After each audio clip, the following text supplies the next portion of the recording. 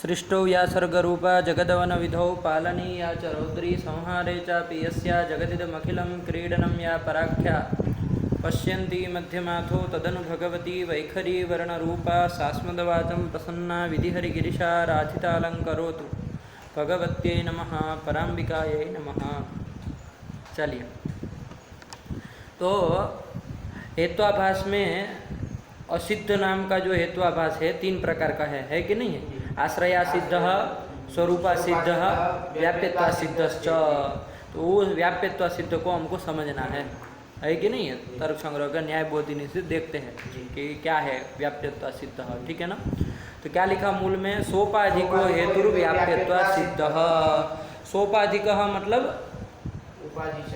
उपाधिना सहित सोपाधिक है कि नहीं? उपाधि के सहित जो हेतु होता है, उपाधि वाला जो हेतु होता है, उसको क्या कहा जाता है? सोपाधिक। और ऐसा हेतु जो होता है सोपाधिक हेतु, वो क्या कहलाता है? व्याप्यत्वा सिद्ध होता है। आया कि नहीं आया? व्याप्यत्वा सिद्धि दोष वाला होता है, मतलब व्याप्यत्वा सिद्ध होता है हेतु। आया कि नहीं आया? ये कर दिया। अब प्रश्न होगा कि सोपाधिको हेतु व्याप्यत्वा सिद्ध, उपाधिना सहित हेतु व्याप्यत्वा सिद्ध। ये उपाधि क्या है कि जिससे सहित हेतु होता है तो तब वो व्याप्यत्व सिद्ध हेत्वाभास के अंतर्गत आ जाता है कि नहीं है? तो उसके लिए लक्षण लिख दिया उपाधि का। क्या लिखा? व्यापकत्वे सति साधना व्यापकत्वम उपाधि ही। साध्य व्यापकत्वे सति साधना व्यापकत्वम उपाधि ही, कि साध्य का व्यापक होते हुए जो साधन का अव्यापक हो वही क्या है? वही उपाधि होती। आया कि नहीं आया? साध्य व्यापकत्व, व्यापकत्व क्या होता है बताए थे ना उसके दिन करीब पाठ में? क्या बोले थे? व्यापकत्व मतलब तुम, यही व्यापकत्व होता है। ऋषि के अनुसार अव्यापकत्व बोलना हो तो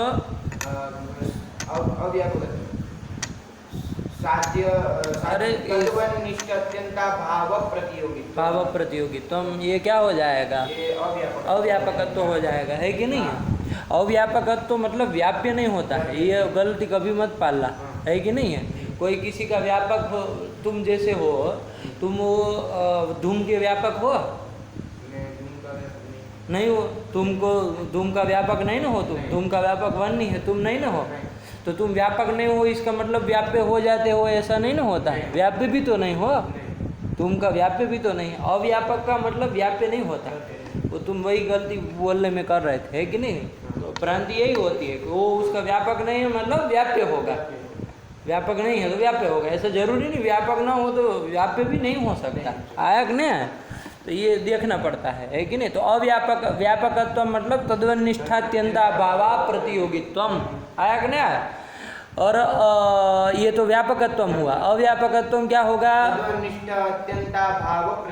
यही क्या हो जाएगा? अव्यापकत्व हो जाएगा। तो साध्य व्यापकत्व बोलना है आपको, तत् की जगह साध्य बोल दो, तो साध्य व्यापकत्व क्या बोलोगे? आया कि नहीं? साध्यवनिष्ठात्यंता भावा प्रतियोगित्वम, ये साध्य व्यापकत्व हुआ। और साधना व्यापकत्व, तो वहाँ तद्वनिष्ठात्यंता भाव प्रतियोगित्वम अव्यापकत्व था ना, तो उसके तत् की जगह साधन बोल दो, तो क्या बोलोगे? साधनवनिष्ठात्यंता भाव प्रतियोगित्वम। साधनवनिष्ठात्यंता भाव प्रतियोगित्वम, ये हो गया। अब साध्य व्यापकत्व सति साधना व्यापकत्व उपाधि का लक्षण बोल दो, क्या बोलोगे? साध्यवनिष्ठात्यंता भावा प्रतियोगित्वम प्रतियोगित्वे सति साध्यवनिष्ठात्यंता भावा प्रतियोगित्वे सति साधनवनिष्ठात्यंता भाव प्रतियोगित्वम, ये उपाधि का लक्षण है। उपाधित्वम, उपाधि है लक्षणम, जो भी कहो, ठीक है ना? ये ध्यान रखना, इन्होंने भी उपाधि ही ऐसा लिख दिया है, ऐसा नहीं होता है। उपाधि लक्षणम होता है, उपाधित्वम या तो होता है, उपाधि ही नहीं ना होता है। ये जिसमें रहेगा वो उपाधि होगा। आया कि नहीं आया? जैसे गंधवत्वम पृथ्वी नहीं ना होती है, गंधवत्वम तो पृथ्वी में रहने वाला धर्म है, तो गंधवत्व जिसमें रहेगा वो पृथ्वी होती है। तो गंधवत्वम पृथ्वी यहाँ लक्षणम ये बोला है, गंधवत्वम पृथ्वी ये नहीं ना बोला जाता। आया कि नहीं? यही वाली बात है, तो यही उपाधि का लक्षण है कि नहीं है? चलिए, तो यही क्या कर दिया लक्षण, बोल लो एक बार। साध्यवनिष्ठात्यंता भाव प्रतियोगित्वे सति साधनवनिष्ठात्यंता भाव प्रतियोगित्वम उपाधित्वम। तुम ये कर दिया, चलो वही लिख रहे, पढ़ो। साध्य व्यापकत्व सति साधना व्यापकत्वम उपाधि। अब ये साध्य व्यापकत्वम क्या है, तो जो तुम बोले उसको लिख रहे हैं। क्या बोल रहे हैं? साध्य समानाधिकरणात्यंता भाव प्रतियोगित्वम। तुम बोल रहे थे साध्यवन निष्ठात्यंता भाव, तो साध्यवन निष्ठात्यंता मतलब साध्य समानाधिकरण अत्यंता भाव, यही हुआ ना। अरे समानाधिकरण कहो चाहे स्वाधिकरण वृत्ति कहो, है ना। वो तुम क्या बोल रहे हो, साध्याधिकरण वृत्ति अभाव बोल रहे हो, निष्ठ मतलब वृत्ति, साध्याधिकरण वृत्ति अभाव बोल रहे हो। तो साध्याधिकरण वृत्ति अभाव कहो चाहे साध्य समानाधिकरण अभाव कहो, एक ही बात है ना। तो वही उन्होंने लिख दिया है, कोई अलग नहीं ना है। साध्य समानाधिकरणात्यंता भावा प्रतियोगित्वम, ये साध्य व्यापकत्वम हो गया। और साधना व्यापकत्वम, साधना व्यापकत्वम क्या है, तो लिख रहा ये जैसे तुम बोल रहे हो वैसे ही लिखा है कि नहीं है। वरना यहाँ पर भी ऐसे ही कर सकते थे, साधन समानाधिकरणात्यंता भाव प्रतियोगित्वम। आया कि नहीं आया? हमको प्रतियोगित्व अप्रतियोगित्व में ध्यान देना, बाकी तब तो ठीक ही। आया कि नहीं आया? तो यही बोल देते, लेकिन चलिए खिचड़ी बिचड़ी पकाना तो होता ही है। तो साधन वनिष्ठात्यंता भाव प्रतियोगित्वम साधना व्यापकत्वम, ये आ गया कि नहीं आ गया? ये केवल उन्होंने साफ साफ उपाधि का लक्षण बताया, और उपाधि में लक्षण में घटकतया प्रविष्ट पदों का एक परिष्कृत अर्थ बता दिया, है कि नहीं है। यही कर दिया। अब स्थल के अनुसार बता रहे कि कहाँ पर क्या है, दृष्टांत बता रहे, पढ़ो। यथा पर्वतो धूमवान वह्निमत्वात्, ये स्थल बना है, पर्वतो धूमवान वन्य है। वन्यमत्व कहो चाहे वन्नी कहो, हेतु वन्नी को ही बनाना। आया कि नहीं? तो पर्वतो धूमवान वन्य है चाहे वन्यमत्वात् ये स्थल है। इत्यत्र आद्रेंद्र संयोग उपाधि ही, आद्रिंदन संयोग उपाधि होता है कि नहीं। तो लक्षण जाना चाहिए, तभी तो हम मानेंगे कि ये उपाधि है कि नहीं है। तो देखो यहाँ पर पर्वतो धूमवान वन्य में साध्य क्या है? धूम है, धूम साध्य है, हेतु क्या है? हेतु है हमारा वन्नी है, ठीक है कि नहीं है। अब देखो साध्य व्यापकत्व उपाधि में आद्यंतन संयोग में जाना चाहिए कि नहीं जाना चाहिए? साध्य व्यापकत्व मतलब साध्य समानाधिकरणात्यंता भाव प्रतियोगित्व। तुम आया कि नहीं आया? तो साध्य कौन है यहाँ पर? साध्य हमारा है धूम। धूम, तो धूम समानाधिकरण अत्यंत अभाव, आर्द्रेंदन संयोग अभाव कभी होगा? नहीं होगा। धूम के अधिकरण में कभी भी नहीं ना मिलेगा आर्द्रेंदन संयोग अभाव। धूम जहाँ रहेगा वहाँ आर्द्रेंदन संयोग ही रहेगा, उसका अभाव नहीं रहेगा। तो धूम का समानाधिकरण अभाव करके आर्द्रेंदन संयोग अभाव नहीं मिलेगा। कौन अभाव मिलेगा? घट अभाव मिल जाएगा। अब ज्यादा कुछ नहीं बोलना, घट अभाव मिल जाएगा। तो साध्य समानाधिकरण अत्यंत अभाव घट अभाव तत्प्रतियोगी अप्रतियोगी धन संयोग अप्रतियोगित्वम साध्य व्यापकत्वम चला गया कि नहीं चला गया? धूम व्यापकत्वम चला गया, कोई दिक्कत नहीं ना। अब क्या होना चाहिए? साधना व्यापकत्वम। क्या है साधना व्यापकत्वम? ये होना चाहिए। साधन क्या है प्रकृत स्थल में? साधन हो गया वन्नी। वन्नी मत कौन है? पर्वत आदि सब है कि नहीं है? खिचड़ी नहीं पकानी है, अयोगोलक है कि नहीं है? जो स्थल हमको चाहिए वही बोलना है, बाकी छिचिर पिचिर नहीं करना, क्योंकि हमको वन्यमत स्थल सब लेने हैं। कहीं पर भी उसका अभाव मिल जाएगा तो वो पकड़ा जाएगा, है कि नहीं? तो वन्यमत अयोगोलक होता है। तनिष्ठ साधन वनिष्ठात्यंता भाव कौन अभाव मिल जाएगा?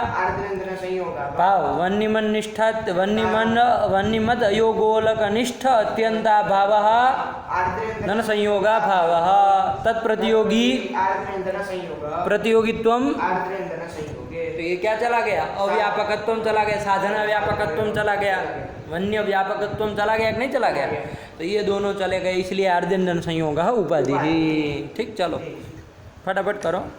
तथा हि यत्र धूमस्तत्र आर्द्रेंदन संयोगः अस्ति न वा अस्ति इति साध्य व्यापकता। यही साध्य व्यापकता है, जहाँ जहाँ धूम है वहाँ वहाँ वन्य है, तो साध्य का व्यापक हो गया। चलो यत्र वह्निस्तत्र आर्द्रेंदन संयोगो वो नास्ति यथा कुत्र अयोगोलके। आया कि नहीं आया? अयोगोलक में नहीं है। तो यही क्या है? यही आर्द्रेंदन की साधना व्यापकता। हो गए कि नहीं हो गए? यही कह दिया। चलो आर्द्रेंदन संयोगा भाव अयोगोलके आर्द्रेंदन संयोगा भावात, ये हेतु दिया यत्र यत्र वह्निः तत्र तत्र आर्द्रेन्दन संयोगो नास्ति। क्यों?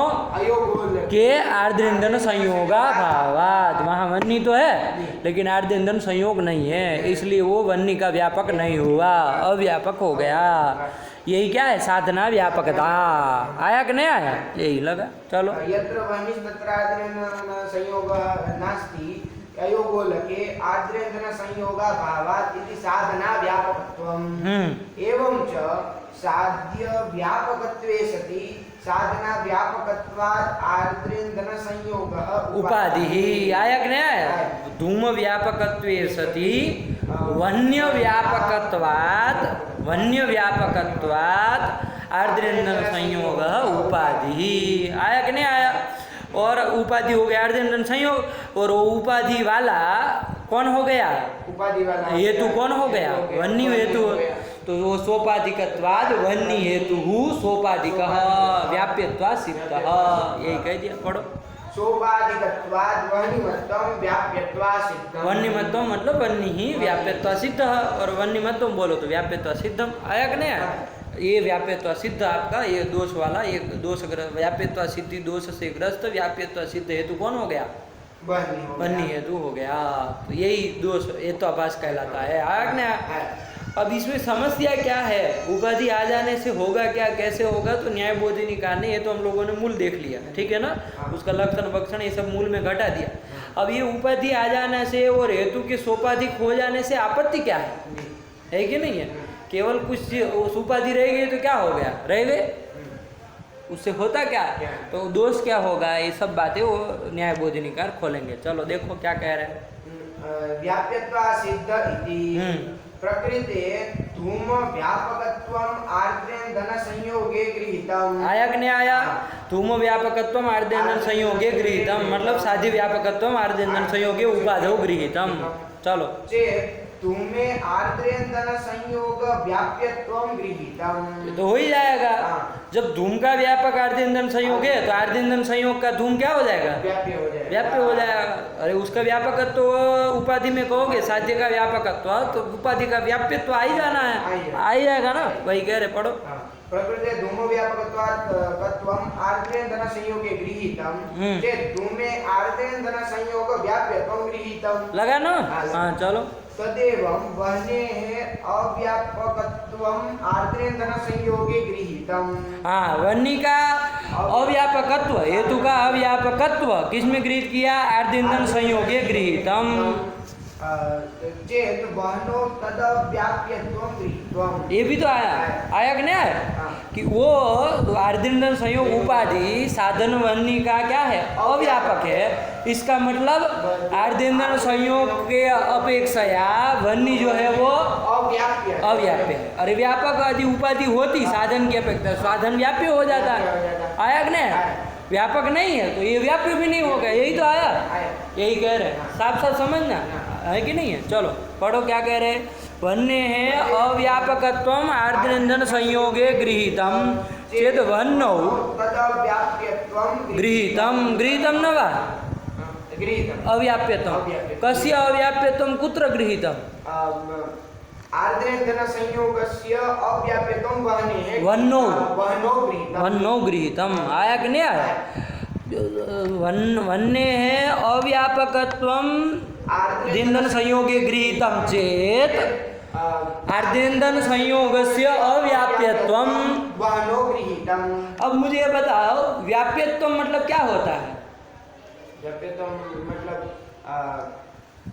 तद्वन्निष्ठात्यन्ता भाव प्रतियोगित्वम्। ये व्याप्यत्व नहीं होता, ये तो अव्यापकत्व होता है। ये व्याप्यत्व होता है। देखो सही समझो। तुमको अभी भी दिमाग में वही है कि अव्यापकत्व ही व्याप्यत्व होता है। ऐसा नहीं ना होता है जी।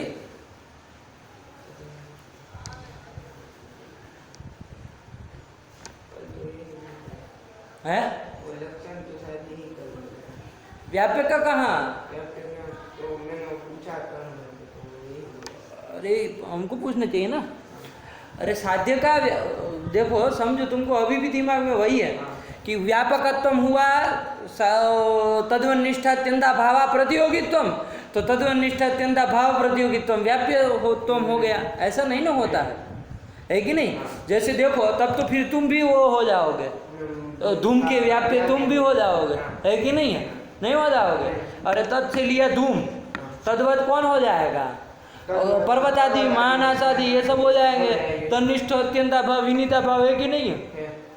तो उसका प्रतियोगी कौन होगा? विनीत प्रतियोगी तुम में चला गए, तुम व्याप्य होगा नहीं। तो फिर ये क्या मतलब होता है? ये व्याप्यत्व का है ना, व्याप्यत्व का ध्यान रखना है। स्वाभाववद वृत्तित्वम, ये व्याप्यत्व का लक्षण है। क्या? स्वाभाववद वृत्तित्वम, स्वाभाववद वृत्तित्वम, अवृत्तित्वम, स्वाभाववद अवृत्तित्वम। आया कि नहीं आया? ये व्याप्यत्व है, आया कि नहीं आया? क्या? स्वाभाववद अवृत्तित्वम, ये है स्वम से स्वाभावद। जैसे वन्य धूम में देख लो, कौन व्याप्य होता है? व्याप्य होता है धूम। धूम होता है ना व्याप्य। किसकी अपेक्षा व्याप्य होता है? वहनी की अपेक्षा। तो जिसकी अपेक्षा होता है उसको स्व पद से लेना है। तो किसको लेंगे? स्व से वहनी को। स्वभाव वन्य भाव, वन्य भाव। स्वाभाववत कौन होगा? वन्य भाववत कौन होगा? जलरद हो जाएगा, है कि नहीं? पर्वत महानस चतुर गोष्ठी सब नहीं ना हो गए। वन्य भाववत कौन होगा? जलरद। उसमें धूम वृत्ति है ना? नहीं है उसमें धूम। वृत्ति नहीं ना हुआ कि वृत्ति हुआ है? तो वृत्ति नहीं हुआ तो अवृत्ति हो गया। तो स्वाभाववत में अवृत्ति कौन हो गया? हो गया धूम हो गया। अवृत्तित्व किस में रहा? धूम में रहा। तो व्याप्यत्व धूम में चला गया, इसलिए व्याप्यत्व हुआ। आया कि नहीं आया? तो व्याप्यत्व जिसमें रहेगा वो व्याप्य हो गया। तो व्याप्यत्व क्या है? स्वाभाववद अवृत्तित्व। वन्य देखो व्याप्य होता है कि नहीं होता है? धूम की अपेक्षा स्वम से किसको लेंगे? स्वम से धूम को लेंगे, है कि नहीं? जिसकी अपेक्षा व्याप्य बना ना उसको स्वम से लेना। स्वम से लिया धूम को। स्वाभाव स्वाभावः धूमा भावः। धूमा भाववत कौन होगा? धूमाभाववद जलरित भी होगा। अयोगोलक। अयोगोलक होगा कि नहीं होगा? तो फालतू की चीजें नहीं बोलनी। अयोगोलक होगा कि नहीं होगा? उसमें धूम नहीं ना होता। तो स्वभाव धूमा भाववत हो गया अयोगोलक। उसमें वृत्ति वन्नी है कि अवृत्ति है? वृत्ति वन्नी है, अवृत्ति नहीं ना हुई। तो स्वाभाववद अवृत्तित्व गया? नहीं गया, इसलिए वो व्याप्य नहीं है। तो व्याप्यत्व मतलब क्या? व्याप्यत्व अर्थात स्वाभाववद अवृत्तित्वम, यही व्याप्यत्व है। आया कि नहीं आया? तो ये जो है अबायो प्रकृत में ये व्याप्यत्व है। व्यापकत्व क्या है? तद्वनिष्ठात्यंता भावा प्रतियोगित्वम, ये क्या है? व्यापकत्व। व्याप्यत्व मतलब स्वाभाववद अवृत्तित्वम, ये व्याप्य। कोई पूछे अव्यापकत्व मतलब क्या?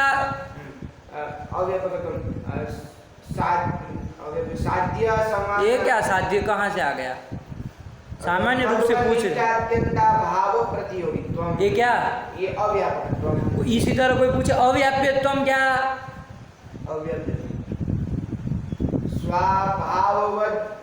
स्वाभाववद वृत्तित्वम, ये आ गया। आया कि नहीं आया? तुम क्या समझ करके ले लिए थे?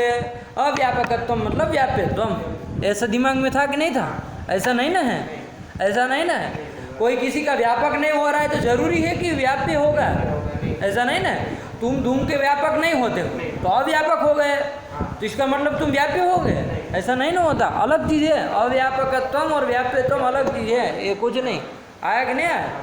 कोई किसी का व्यापक अभी नहीं हो रहा है तो व्याप्य भी नहीं हो रहा है। होता है कि नहीं होता? यही बात है। लगा ना? तो फिर तो ये व्याप्यत्व, व्यापकत्व, अव्यापकत्व, अव्याप्यत्व, ये सब ध्यान में रखना, ठीक है ना? ये चारों दिमाग में होने चाहिए। चलो, अब इन्होंने क्या कहा था? साध्य व्यापकत्व आपने किस में लिया? उपाधि में लिया। तो उपाधि का क्या आ गया साध्य में? उपाधि का साध्य में उपाधि का साध्य में व्याप्यत्व आ गया। व्याप्यत्व आ गया, ये सीधी सी बात है। और साधन का वो उपाधि जो है वो अव्यापक हुई। इसका मतलब उपाधि की अपेक्षा साधन अव्याप्य हुआ। ये आ ही जाएगा, सीधी सी बात है कि नहीं? अव्यापक हुआ मतलब व्याप्य हुआ, ऐसा कुछ नहीं ना होता है। चलो ये समझ कर रखो। चलो वही कह रहे एवं मन्य है अव्यापकत्व एवं बोलो एवं मन्य है एवं प्रकृति से पढ़ लो। चलो प्रकृति से व्याप्यत्व सिद्ध थी प्रकृति धूम व्यापकत्वम आर्द्रंदन संयोगे गृहीतम् साध्य व्यापकत्वम् उपाधौ गृहीतम्। चेत् धूमे आर्द्रेन्द्र संयोग व्याप्यत्वं गृहीतम्। आ गया समझ में?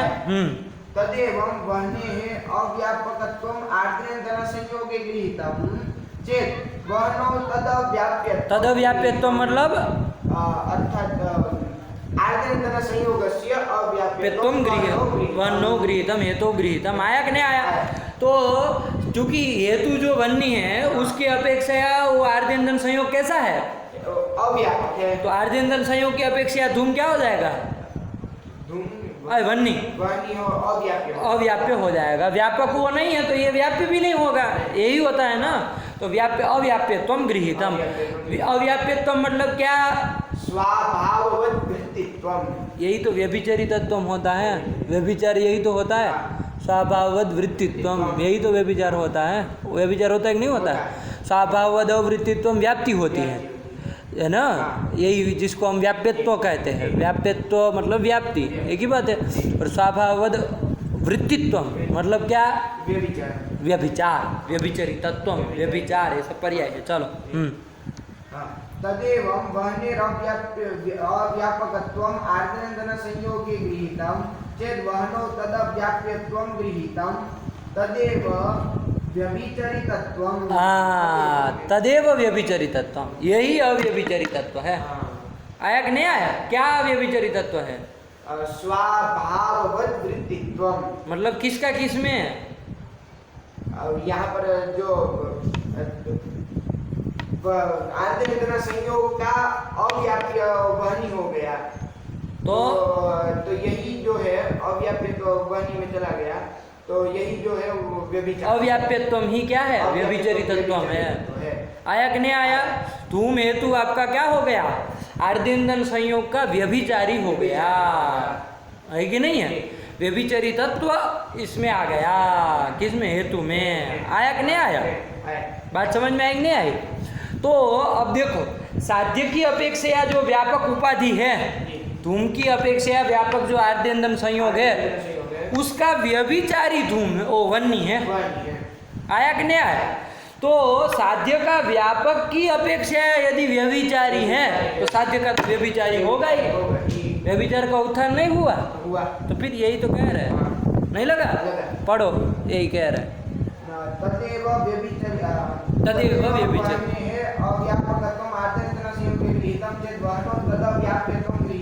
तदव्याप्यत्वम मतलब कस्य अव्याप्यत्वम? आर्द्रेन्द्र संयोग से अव्याप्यत्वम कुत्र गृहीतम? वन्नौ गृहीतम। ये फलित अर्थ के रूप में यही आया ना, गृहीतम।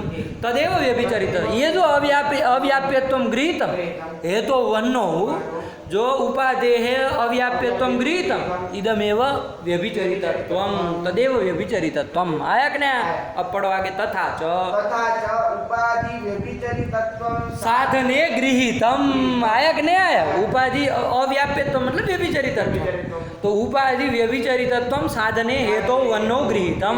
आया कि नहीं आया? गृहीतम। चलो चेत साधने तथा च उपाधि व्यभिचरितत्वं साधने वहनो गृहीतं चेत् उपाधि भूत जो आर्द्रेन्द्र संयोग, उपाधि भूत जो उपाधि जो आर्द्रेन्द्र संयोग, उपाधि भूत मतलब उपाधि स्वरूप जो आर्द्रेन्द्र संयोग, उसका व्याप्य कौन है? उसका व्याप्यत्व किसमें गृहीत किया था? उपाधि का व्याप्यत्व उपाधि का व्याप्यत्व धूम में, साध्य में, धूम में गृहीत किया था कि नहीं किया था?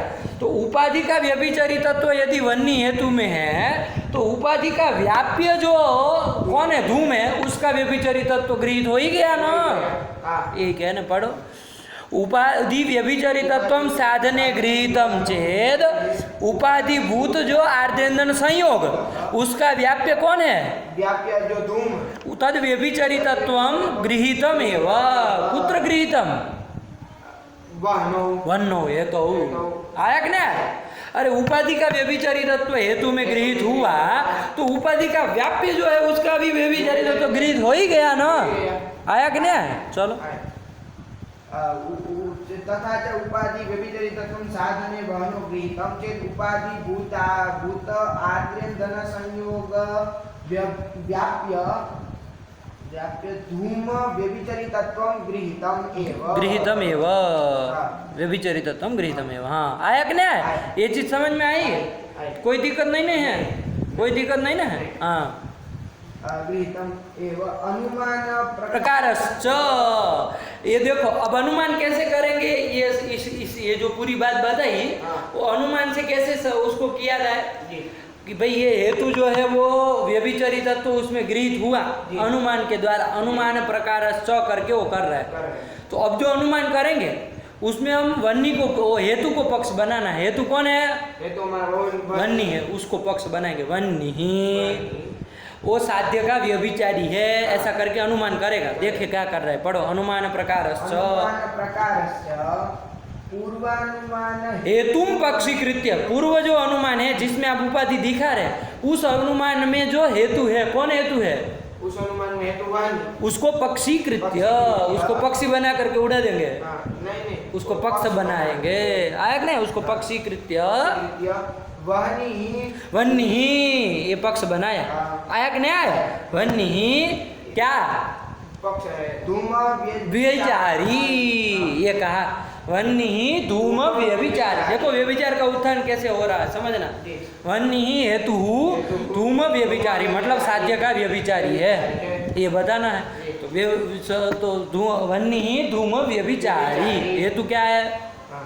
धूम व्यापक धन संयोग व्यभिचारित्वात्। लगा कि नहीं लगा? बात समझ में आई कि नहीं आया? क्या कह रहे हैं? धूम व्यापक आर्द्रेंधन संयोग। धूम का व्यापक आर्द्रेंधन संयोग है। धूम का व्यापक साध्य का व्यापक थी ना उपाधि, तो धूम का व्यापक जो आर्द्रेंधन संयोग है उसका व्यभिचारी चूंकि हेतु वन्नी है, तो वो साध्य का भी व्यभिचारी, धूम का भी व्यभिचारी है। आया कि नहीं आया? यही अनुमान कर रहे हैं। व्यभिचार का उत्थान अनुमान से करा रहे, ठीक है ना? क्या कर रहे हैं देखो, वन्नी ही धूम व्यभिचारी। क्यों? धूम व्यापक आर्द्रेंधन व्यभिचारित्वात्। आया कि नहीं आया? धूम व्यापक आर्द्रेंधन संयोग का जो व्यभिचारी होगा वो धूम का व्यभिचारी होगा ही ना। बात समझ में आया कि नहीं? धूम का व्यापक जो आर्द्रेंधन संयोग है उसका व्यभिचारी यदि कोई होगा वन्नी, तो वो धूम का व्यभिचारी होना ही है। आया कि नहीं आया? यही कह रहे। वन्नी धूम व्यभिचारी, धूम व्यापक आर्द्रेंधन संयोग व्यभिचारित्वात्। पक्ष साध्य हेतु बता सकते हो यहाँ पर? क्या है पक्ष? साध्य धूम व्यभिचारितत्वम्। हाँ, ये कह दो, ठीक है ना? धूम व्यभिचारितत्वम् मतलब धूम व्यभिचार, धूम व्यभिचार, धूम व्यभिचार, व्यभिचारितत्व मतलब व्यभिचार, तो धूम व्यभिचारितत्व मतलब धूम व्यभिचार, यही साध्य है। वन्नी में धूम का व्यभिचार हम सिद्ध करने जा रहे हैं। आया कि नहीं आया? वन्नी में साध्य का धूम का व्यभिचार सिद्ध कर रहे हैं। किस हेतु के द्वारा?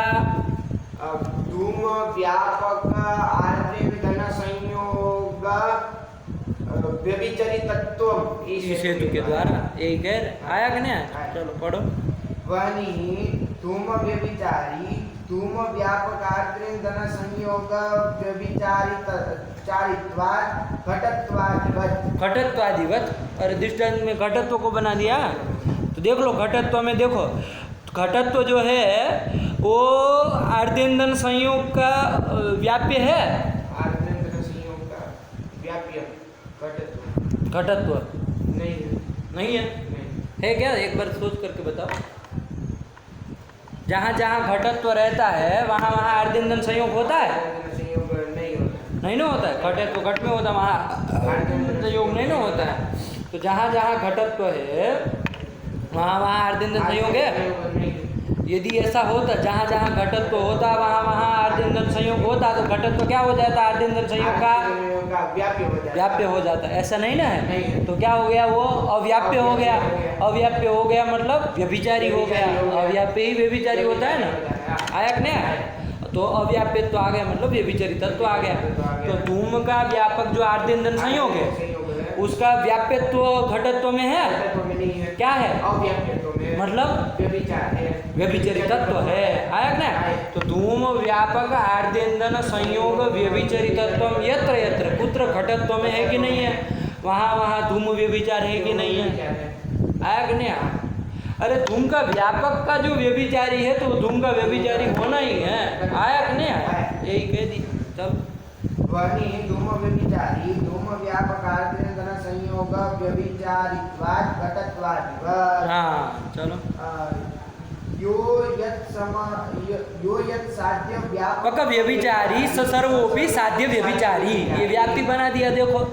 यो यत् साध्य व्यभिचारी साध्य व्यापक व्यभिचारी, यह जैसे यहाँ वन्नी हेतु साध्य जो धूम है उसका व्यापक आर्दिंदन संयोग है, उसका व्यभिचारी है तो वो साध्य का व्यभिचारी होगा ही। वही कह रहा है यो यत् साध्य व्यापक व्यभिचारी स सर्वोपि साध्य व्यभिचारी होगा ना।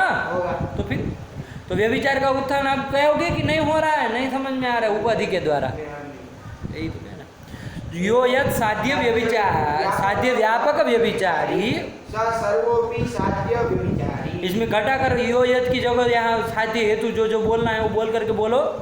यह मतलब धूम वन्नी साध्य अर्थात धूम व्यापक आर्द्रेन्दन संयोग व्यभिचारी चेत सह वन्नी सर्वोपि वन्नी सर्वोपि वन्नी साध्य धूम व्यभिचारी।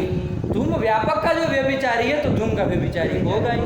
हाँ एवं प्रकारेण प्रकृतानुमान हेतु अत्र पक्षीभूते वहनो। आया कि नहीं आया? प्रकृत अनुमान में हेतुभूत मतलब जो पर्वतो वन्य में पर्वतो धूमन वन्य में जो हेतुभूत जो वन्य है, और यहाँ जो अभी ये व्यभिचार का साध्यक जो अनुमान किया उसमें पक्षीभूत है। ये समझ में आ रहा है ना? वही कह रहा है एवं प्रकारेण प्रकृतानुमाने हेतुभूते अत्र पक्षीभूते वन्नो वन्नी ही है। प्रकृतानुमान मतलब जिसमें उपाधि आप दिखा रहे हैं कौन अनुमान है वो? पर्वतो वहाँ वन्नी क्या है? तो प्रकृतानुमान में हेतुभूत है। और जब उपाधि के द्वारा हम व्यभिचारोत्थान किए तो उस अनुमान में वो क्या है? पक्ष है। तो अत्र अनुमान में वो पक्षीभूत है वन्नो साध्य व्यभिचारोत्थापकतया। उसमें साध्य का व्यभिचार उत्थापन हुआ कि नहीं हुआ? तो साध्य व्यभिचारोत्थापकता है। और उसका उत्थापन किसके द्वारा हुआ? उसका उत्थापन व्यभिचार का उत्थापन किसके द्वारा हुआ? अनुमान के द्वारा उपाधि के द्वारा हुआ पंडित जी, बराबर है। वो तो अनुमान किए लेकिन वो उपाधि रही तभी ना। साध्य का व्यापक कोई था और जो साधन का अव्यापक था, मतलब वो साधन उसके अपेक्षा व्यभिचारी था। तो उपाधि कोई मिली तभी तो जाके व्यभिचार का उत्थान हुआ है। वही कह रहे पढ़ो उपक वन्नो साध्य व्यभिचारोत्थापकतया दूषकत्वम उपादेः फलम। आया कि नहीं? व्यभिचारोत्थापकतया वन्य में व्यभिचार के उत्थापक के द्वारा क्या हो गया? वो उपाधि जो है वो उसको क्या कर दी? दूषित कर दी है। किसको? हेतु को, वन्य हेतु को। आया ना? यही उपाधि का फल है। लगा कि नहीं लगा? व्यभिचारोत्थापन द्वारा ही उपाधि जो है वो क्या करती है? वो उसको दूषित करती है। आया कि नहीं? वही कह रहे पढ़ो साध्य व्यभिचारोत्थापकतया दूषकत्वम उपाधि जो है वो दूषक है ही नहीं। लेकिन कैसे साक्षात कोई दूषण कैसे आएगा? हम वन्य में कोई उपाधि रहेगी तो क्या हो गया? तो व्यभिचारोत्थापकतया दूषकत्व। आया कि नहीं? वही कह रहे दूषकत्व उपाधि है फलम तथा च वृत्तित्व रूप जो धूम व्यभिचार। आया कि नहीं आया? धूमा भाववद वृत्तित्व रूप धूम व्यभिचार। ये व्यभिचारी है ना, धूमा भाववद वृत्तित्वम, यही तो धूम व्यभिचार है। तो धूमा भाववद वृत्तित्व रूप जो धूम व्यभिचार है वो किस में गृहीत हुआ? वन्य में, हेतु में गृहीत हुआ। अब ये उपाधि के द्वारा है कि नहीं है? गृहीते वन्नो व्यभिचारे गृहीते वन्नो। अब जब धूमा भाववद वृत्तित्व व्यभिचार गृहीत हो गया तो अब उसमें धूमा भाववद अवृत्तित्व रूप व्याप्ति गृहीत होगी तो व्याप्ति ज्ञान का प्रतिबंध हो जाएगा।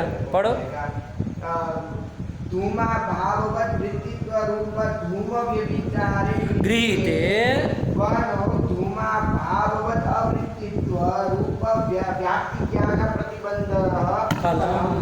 व्याप्ति ज्ञान का वो प्रतिबंध कर देगा। आया कि नहीं? उपाधि इस तरह से वो वो हेतु को दूषित करती है। लगा कि नहीं लगा? यही बात है। नहीं समझ में आया?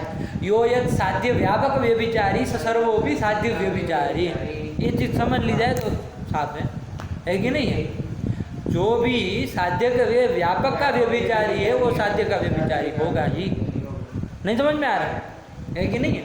यो यद साध्य व्यापक व्यभिचारी स सर्वोपि साध्य साध्य व्यभिचारी। इसको वो खड़ा करके बता सकते हो? यह अर्थात वहनी नहीं, वन्नी, यह अर्थात वहनी स साध्य व्यापक आर्द्रेन्द्र संयोग धूम व्यापक धूम व्यापक आर्द्रेन्द्र संयोग व्यभिचारी व्यभिचारी सह सर्वोपि वहनी साध्य धूमस्य व्यभिचारी। सीधी बात है कि नहीं? यो यत् साध्य व्यापक व्यभिचारी स सर्वोपि साध्य सर्वोपि साध्य साध्य साध्य व्यभिचारी है कि नहीं? इसको भाई वाले में थोड़ा भाई वाले देख लो, तुम्हारे बड़े भाई से जो छोटा नहीं है वो तुमसे छोटा होगा? नहीं होगा। तुम हो साध्य, तुम्हारे से बड़ा भाई उपाधि हो गया, उससे जो छोटा नहीं है आपका हेतु वो कभी तुमसे छोटा होगा? नहीं होगा। अरे व्याप्य हो जाता है, छोटा हो जाता है, ये समान लेते हैं। व्याप्य नहीं हो रहा, व्यभिचारी हो रहा है। तुम्हारे बड़े भाई का व्यभिचारी है मतलब छोटा है ना? छोटा नहीं है, व्याप्य होता तो होता, व्यभिचारी है ना तो छोटा नहीं है, तो तुम्हारा छोटा होगा कभी? नहीं होगा। यही तो बात है। नहीं आया समझ? यही है आपका व्यभिचार। तो जब उपाधि हो जाती है तो व्यभिचारोत्थापकतया वो उपाधि जो है वो क्या करती है? हेतु को दूषित कर देती है। चलिए, यही व्याप्यत्व सिद्ध हो हेतु कहलाता है। नहीं समझ में आया? चलिए, यही है आपका व्याप्यत्व सिद्ध वाला, ये समझ करके रखना, ठीक है ना? चलो अब चला जाए उसमें। ये कितना वीडियो हो गया?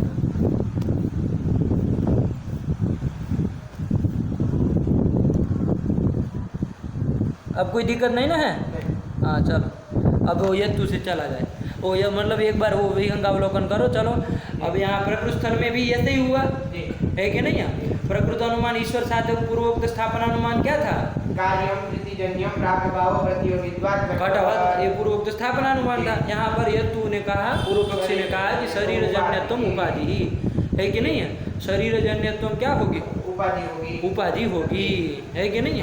शरीर जन्यत्वम उपाधि, शरीर जन्यत्व उपाधि होगी। कैसे? तो साध्य व्यापकत्व सति साधना व्यापकत्व जाना चाहिए। घटाओ साध्य व्यापकत्व मतलब जहाँ जहाँ साध्य है वहाँ वहाँ उपाधि को रहना चाहिए, तभी तो साध्य का व्यापक होगा। तो जहाँ जहाँ साध्य है कहाँ कहाँ? घटादि में, वो वहाँ वहाँ घटादि में शरीर जन्यत्व है कि नहीं है? कुलाल शरीर जन्यत्व है, तो इसलिए साध्य का व्यापक हो गया। आया कि नहीं आया?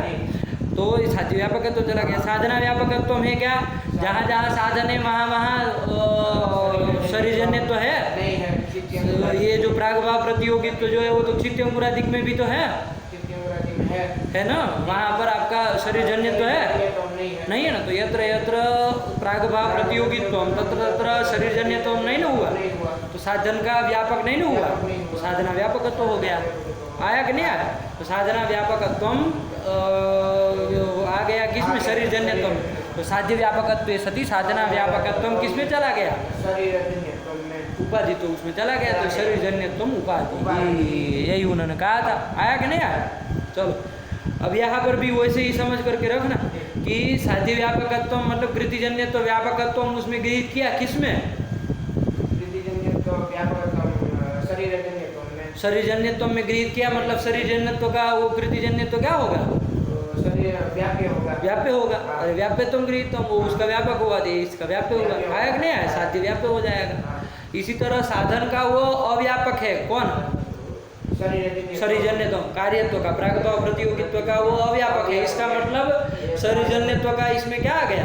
अव्याप्यत्व आ गया। लगा कि नहीं लगा? और ये अव्याप्यत्व ही मतलब क्या है? अव्याप्यत्व ही स्वभाववत् वृत्तित्व है। मतलब क्या है? व्यभिचार है, व्यभिचार है, व्यभिचरितत्व है, व्यभिचार है। आया कि नहीं आया? तो उपाधि का व्यभिचरिता तो इसमें गृहीत हो गया, आया कि नहीं आया? तो साध्य जो आपका कृतिजन्यत्व है उसका जो व्यापक कौन है? शरीर उसका व्यभिचारी यदि कौन है? कार्यत्व प्रागभाव प्रतियोगित्व है, तो इसका मतलब कृतिजन्यत्व का भी व्यभिचारी हो जाएगा। आगे नहीं? तो ये जो शरीर जन्यत्व उपाधि होगी वो क्या करा देगी? व्यभिचार उत्थान करा देगी कि नहीं करा देगी? किसमें? व्यभिचार उत्थान करा देगी इसमें प्रागभाव प्रतियोगित्व में कृतिजन्यत्व का व्यभिचार गृहीत करा देगी, है कि नहीं? तो जब व्यभिचार गृहीत हो जाएगा तो व्याप्ति ज्ञान हो पाएगा? नहीं हो पाएगा। तो व्याप्ति ज्ञान नहीं ना हो पाएगा, कृतिजन्यत्व का व्याप्य तो नहीं गृहीत होगा, व्यभिचार ज्ञान के द्वारा व्याप्ति ज्ञान का प्रतिबंध हो जाएगा। तो व्याप्ति ज्ञान नहीं होगा तो फिर आगे अनुमित्यादि कुछ नहीं होगा, तो कैसे ईश्वर सिद्धि करोगे? फिर नहीं ना हो पाएगी। यही वो कहना चाह रहा है कि शरीर जन्य तो उपाधि ही यो यद साध्य व्यापक व्यभिचारी सर्वोपि साध्य व्यभिचारी। यहाँ पर कार्यत्व हेतु जो है प्रागभाव प्रतियोगित्व हेतु वो साध्य मतलब कृतिजन्यत्व का जो व्यापक है कौन? उसका व्यभिचारी है कौन? ये प्रागभाव प्रतियोगित्व, तो वो साध्य का भी व्यभिचारी होगा, कृतिजन्यत्व का भी व्यभिचारी होगा। तो जब व्यभिचार गृहीत हो गया तो व्याप्ति ज्ञान नहीं ना होगा। यही बात है। कृतिजन्यत्वाभाववद वृत्तित्व ही जब चला गया तो कृतिजन्यत्वाभाववद अवृत्तित्व रूप व्याप्ति गृहीत होगी, कार्यत्व में नहीं ना होगी। इसलिए व्यभिचार व्याप्ति ज्ञान का प्रतिबंध करा देगा उपाधि के द्वारा, है कि नहीं? चलिए यही कर दिया, यही वो दोष दे रहा था। एक बात ध्यान रखना, ये यत्तु वाला जो पक्ष उठा है ना उपाधि वाला, ये दिनकरी के मत में, दिनकर के मत में चलेगा, उदयनाचार्य के अनुयायी के मत में नहीं चलेगा, उदयनाचार्य के जी के मत में नहीं ना चलेगा, है कि नहीं है? क्योंकि उनके मत में तो क्या है? शरीर जन्य ही है, क्षित्यंकुरादिक शरीर जन्य ही है। आया कि नहीं आया? तो साधन का वो अव्यापकत्व नहीं ना जाएगा, साधन है आपका कार्यत्व। अब उसका अव्यापकत्व कहते हैं ना, मतलब जहाँ जहाँ साधन वो कार्य करेगा प्रागभाव प्रतियोगित्व है वहाँ वहाँ क्या नहीं है? तो नहीं है, ऐसा आप कह रहे हैं। तो कब? जब आप ईश्वर का शरीर न माने तब। ईश्वर का परमाणु रूप शरीर मान लिया उदयनाचार्य के अनुयायी लोगों ने, है कि नहीं है? तो उनके मत में साधना व्यापकत्व जाएगा, नहीं जाएगा। जहाँ जहाँ साधन है क्षित्यंकुरादिक में वहाँ शरीर जन्यत्व भी तो है, कटपटादि में तो है ही, क्षित्यंकुरादिक में भी शरीर जन्यत्व है। तो साधन व्यापकत्व ही चला गया, तो उसके मत में तो उपाधि ही नहीं होगी। उनके मत में चर्चा नहीं। दिन करने चूंकि वो शरीर नहीं मान करके समाधान दिया था, है कि नहीं है? कार्यत्वेन कार्य को, क्रियात्वेन क्रिया को ही कार्य मात्र के प्रति कारण मानेंगे, चेष्टात्वेन चेष्टा को नहीं मानेंगे, तो चेष्टा रोधेन शरीर सिद्धि नहीं होगी। ये दिन करने समाधान दिया तो उसके मत में दोष दिया जा रहा है यत्तु करके, ये एक अलग से समझ करके रखना। बात समझ में आई ना? चलो, तो उन्हीं के मत में क्या हो जाएगा? शरीर जन्य तो उपाधि, और कैसे व्याप्ति ज्ञान का प्रतिबंध होगा ये आप समझ ही गए, पूरा तर्क संग्रह का वो देख लिए, तो अब कोई समस्या नहीं ना? चलो, इसके बाद ये जब उपाधि दिया तो इसके ऊपर उसने शंका उठाई थी न करके। क्या शंका उठाई थी उसने कहा कि क्या कहा जाता न करके साध्य संदेह न उपादेः साध्य व्यापकत्व संशयात् नोपाधित्व निश्चय। उसने कहा कि उपाधित्व निश्चय नहीं होगा पंडित जी, यही कहा था ना, क्योंकि आप जो जा रहे हैं साध्य व्यापकत्व सती साधना व्यापकत्व, तो साधना व्यापकत्व चलो मान लिया, कोई दिक्कत नहीं है ना। प्रागभाव प्रतियोगित्व जहाँ जहाँ है क्षित्यंकुरादिक में वहाँ शरीर जन्यत्व नहीं है दिनकरी के मत में, इसलिए साधना व्यापकत्व गया, उसमें कोई दिक्कत नहीं। साध्य व्यापकत्व जो आप ले जा रहे हैं वो साध्य व्यापकत्व साध्य कृतिजन्यत्व, साध्य है कृतिजन्यत्व, वो साध्य कृतिजन्यत्व जहाँ जहाँ है वहाँ वहाँ शरीर जन्यत्व है न है, ऐसा आप कह रहे घटादि में लेकर के। तो ये जो आप कह रहे वो निश्चय नहीं है। साध्य चूंकि यदि अभी हम अनुमान कर रहे साध्य कृतिजन्यत्व यदि पक्ष में रह जाए, कौन पक्ष में? क्षित्यंकुरादिक में रह जाए तो शरीर जन्यत्व है वो व्यापक होगा, तो साध्य व्यापकत्व तब नहीं जाएगा। और यदि साध्य जो है आपका पक्ष में न रहे तो क्या हो जाएगा? साध्य व्यापकत्व चला जाएगा किसमें? शरीर जन्यत्व में। तो साध्य व्यापकत्व का साध्य का चूंकि पक्ष में संदेह है, क्षित्यंकुरादिक में अंकुरादो साध्य संदेह है न, पक्षे साध्य संदेह है न, साध्य व्यापकत्व स्यापि संदेह उपाधो, है कि नहीं है? तो साध्य व्यापकत्व का जब संदेह है तो साध्य व्यापकत्व का निश्चय नहीं ना हुआ। तो साध्य व्यापकत्व सती साधना व्यापकत्व का यदि निश्चय हो तभी उपाधित्व का निश्चय कहा जाएगा, ऐसा नहीं ना है। एक अन्यतर कोटि का भी साध्य व्यापकत्व चाहे साधना व्यापकत्व इन दोनों में से किसी का भी यदि संदेह है, संशय है, तो उपाधित्व का निश्चय कहा जाएगा, नहीं कहा जाएगा। तो संदिग्ध उपाधि का संदेह ही होगा, संधि का निश्चय नहीं हो पाएगा। यही दोष दिया था, वही समाधान देना चाह रहा था। अंकुरादौ साध्य संदेह उपादेः साध्य व्यापकत्व संशयात् नौपाधित्व निश्चय, उपाधित्व का निश्चय नहीं होगा। आया नहीं? और जब उपाधित्व का निश्चय ही नहीं है तो क्या अर्जा? अरे उपाधित्व का कहीं निश्चय हो तब तो वो विचार उत्थापन करा करके वो व्याप्ति ज्ञान का प्रतिबंध हो और दूषक हो, हेतु दूषित हो जाए, व्याप्यत्व सिद्ध हो जाए, ऐसा तो नहीं ना हो रहा। निश्चय तो नहीं है। इति वाच्यम तो कहा न जो वाच्यम, क्यों? उसने कहा कि उपाधित्व का संदेह वो निश्चय भले ना हो, लेकिन संदिग्धोपाधित्व तो उसमें शरीर जन्यत्व में रह जाएगा ना। आया कि नहीं आया? संदिग्धोपाधित्व तो रह जाएगा, निश्चय भले ना हो उपाधित्व का, लेकिन संदेह तो रहेगा। तो संदिग्धोपाधित्व से दुर्वारत्वात् है कि नहीं है? संदिग्धोपाधित्व भी दोष होता है कि नहीं? साध्य व्यापकत्व चाहे साधना व्यापकत्व इन दोनों दलों में से कोई एक का संदेह हो, है कि नहीं? एक का किसी का मान लीजिए निश्चय है, किसी एक का संदेह है, तब भी वहाँ संदिग्धोपाधि हो जाती है। आया कि नहीं? तो संदिग्धोपाधित्व से दुर्वारत्वात्, यही वो खंडन किया हेतु वाले ने, वो सिद्धांति का है कि नहीं? तो फिर से वो आया आपका कौन पंडित सिद्धांति आया समाधान देने के लिए। क्या कहा वो? उपाधि संदेह ही तो व्यभिचार संदेह, पक्षीय व्यभिचार संदेह एवं यही होगा ना। देखो ये आप क्या कह रहे हैं, ये उपाधि का संदेह हो रहा, क्यों संदेह हो रहा है उपाधि का? क्योंकि साध्य का संदेह है। क्योंकि साध्य का संदेह है कि नहीं? कहाँ पर संदेह है? पक्ष में क्षित्यंकुरादि में साध्य का संदेह है। कैसे संदेह है? थोड़ा बोल करके बोलो, कैसे कहोगे? कृतिजन्यत्वम् क्षित्यंकुरादौ स्यात् चेत शरीरजन्यत्वं हेतु शरीरजन्यत्वम् इति साध्य व्यापकत्वं न स्यात्। साध्य व्यापकत्वं न स्यात्, साध्य व्यापक न स्यात्, व्यापकं न स्यात्। शरीरजन्यत्वं साध्य व्यापकं, कृतिजन्यत्व व्यापकं न स्यात्। आया कि नहीं? और कृतिजन्यत्वं यदि पक्षे मतलब क्षित्यंकुरादौ न स्यात् चेत शरीरजन्यत्वं साध्य कृतिजन्यत्वम् इत्यस्य व्यापकं स्यात् तब व्यापकं स्यात्। कृतिजन्यत्व का व्यापक शरीरजन्यत्व स्यात्। आया कि नहीं? लगा कि नहीं लगा? ये उपाधि का संदेह हुआ, है कि नहीं? उपाधित्व का कहो चाहे उपाधि के द्वारा संदेह हुआ, मतलब उपाधि में भी संदेह रहेगा। आया कि नहीं? तो ये उपाधि का संदेह हुआ, और ये संदिग्ध जो उपाधि आप कह रहे हैं उससे क्या होता है? उपाधि से व्यभिचार का उत्थान होता है, अभी हम लोग देखे है कि नहीं? उपाधि से क्या होता है? व्यभिचार का उत्थान होता है कि नहीं? तो यहाँ पर चूंकि संदिग्ध उपाधि है तो उससे जो व्यभिचार का उत्थान होगा वो भी संदिग्ध व्यभिचार का ही, व्यभिचार संदेह का ही उत्थान होगा, व्यभिचार का निश्चय नहीं ना होगा। क्योंकि यदि उपाधि होगी तो व्यभिचार होगा, उपाधि नहीं होगी तो व्यभिचार नहीं होगा। आया कि नहीं? तो व्यभिचार संदेह जो होगा, व्यभिचार संदेह जो होगा वो क्या? व्यभिचार का संदेह मतलब साध्याभावत वृत्तित्व, यही व्यभिचार का संदेह होगा ना, इसी का संदेह होगा। साध्याभावत वृत्तित्व किम अंतर्भावेण होगा? वो पक्षांतर्भावेण ही कहना पड़ेगा। साध्य कृतिजन्यत्व, साध्याभाव कृतिजन्यत्व भाव, कृतिजन्यत्व भाववत किसको बनाना पड़ेगा? घटपटादि में तो कृतिजन्यत्व है ही, कृतिजन्यत्व भाववत कौन किसको बनाएंगे?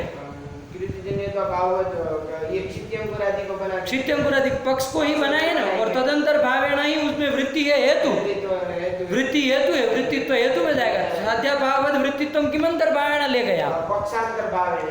वो संदेह, ये व्यभिचार हो रहा है, लेकिन ये संदेह व्यभिचार का संदेह ही है। यदि साध्य जो है वो क्षित्यंकुरादिक में रहेगा तो साध्याभावत वृत्तित्व जाएगा, हेतु में नहीं ना जाएगा। यदि नहीं रहेगा तो साध्याभावत चला जाएगा। आया कि नहीं? तो व्यभिचार संदेह जो है वो पक्षीय व्यभिचार संदेह ही है। आया कि नहीं? और सच न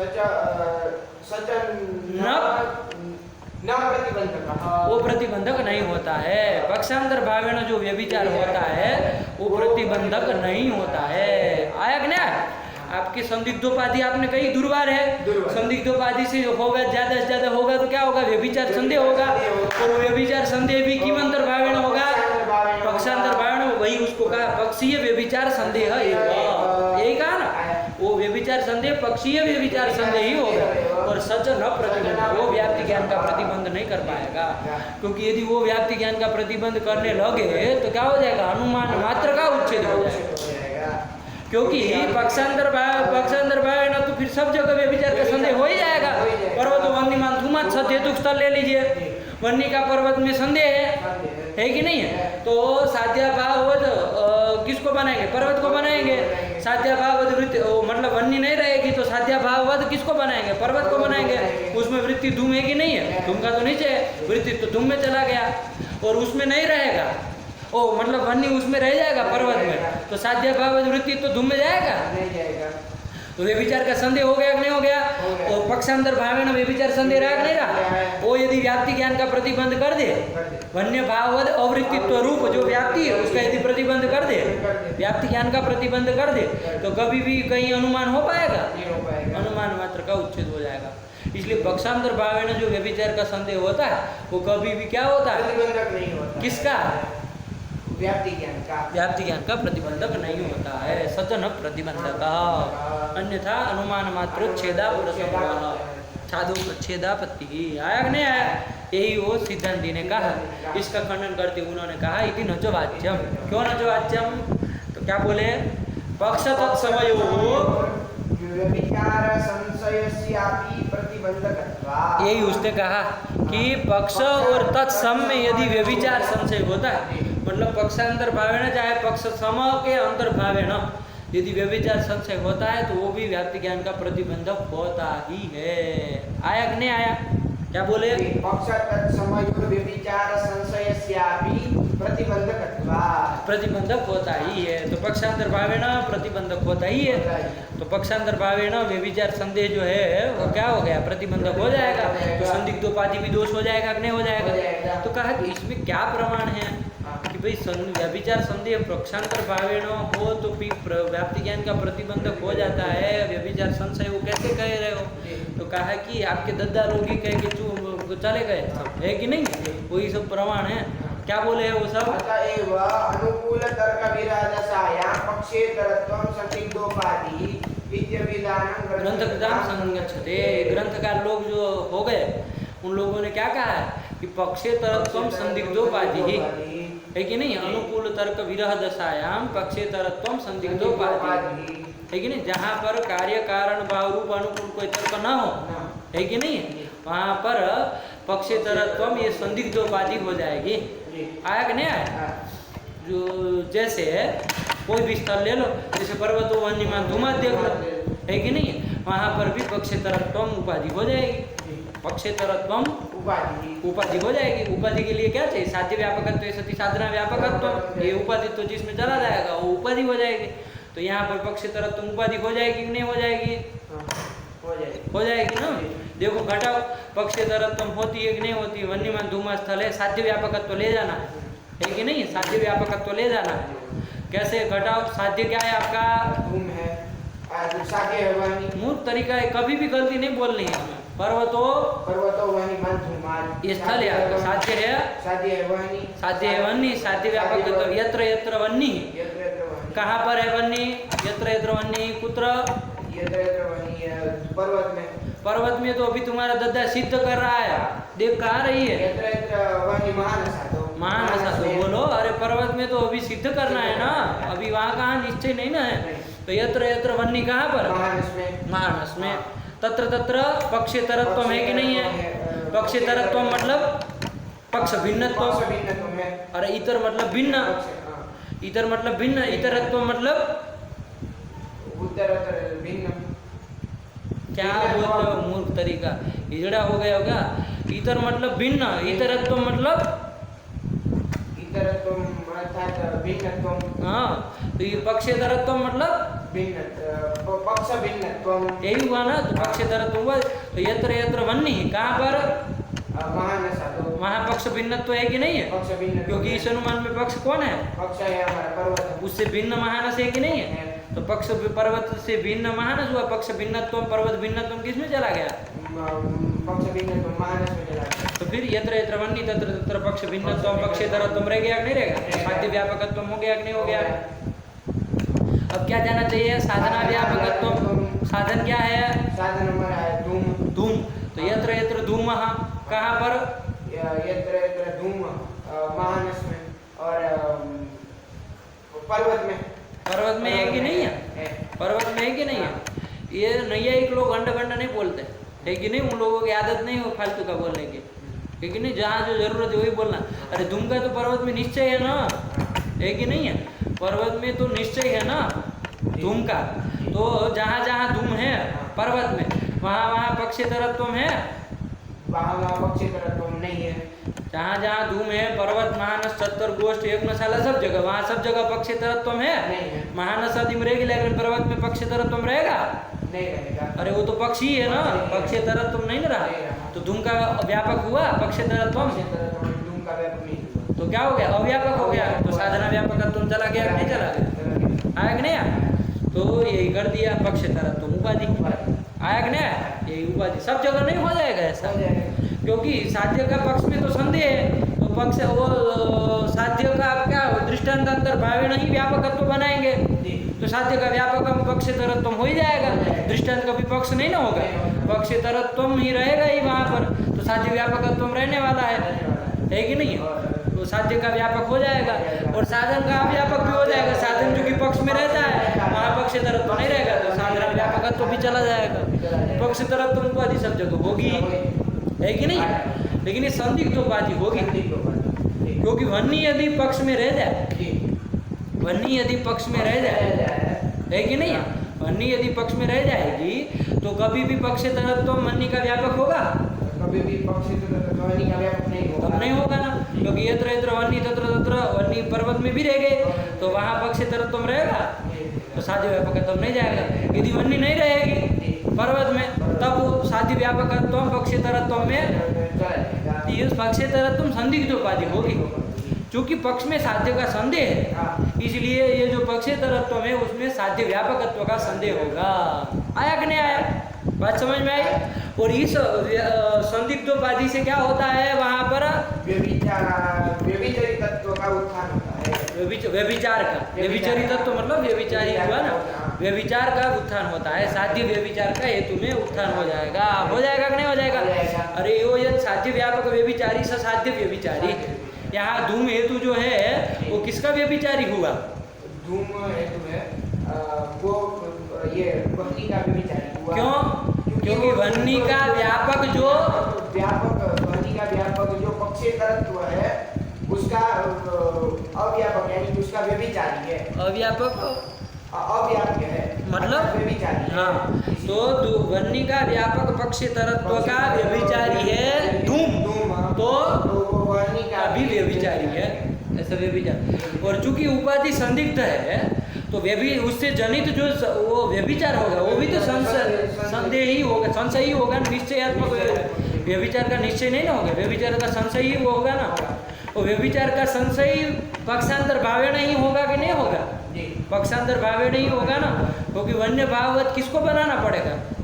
वन्य भाववत हमें बनाना पड़ेगा, ये पर्वत को ही पक्ष। तो तभी उसमें वृत्ति धूम होगा और वृत्ति तो धूम में जाएगा। तो धूम वन्य भाववत वृत्ति तो चला गया, पक्षांतर भावे न हुआ। और यदि वन्नी रह जाएगी तो धूमा साध्य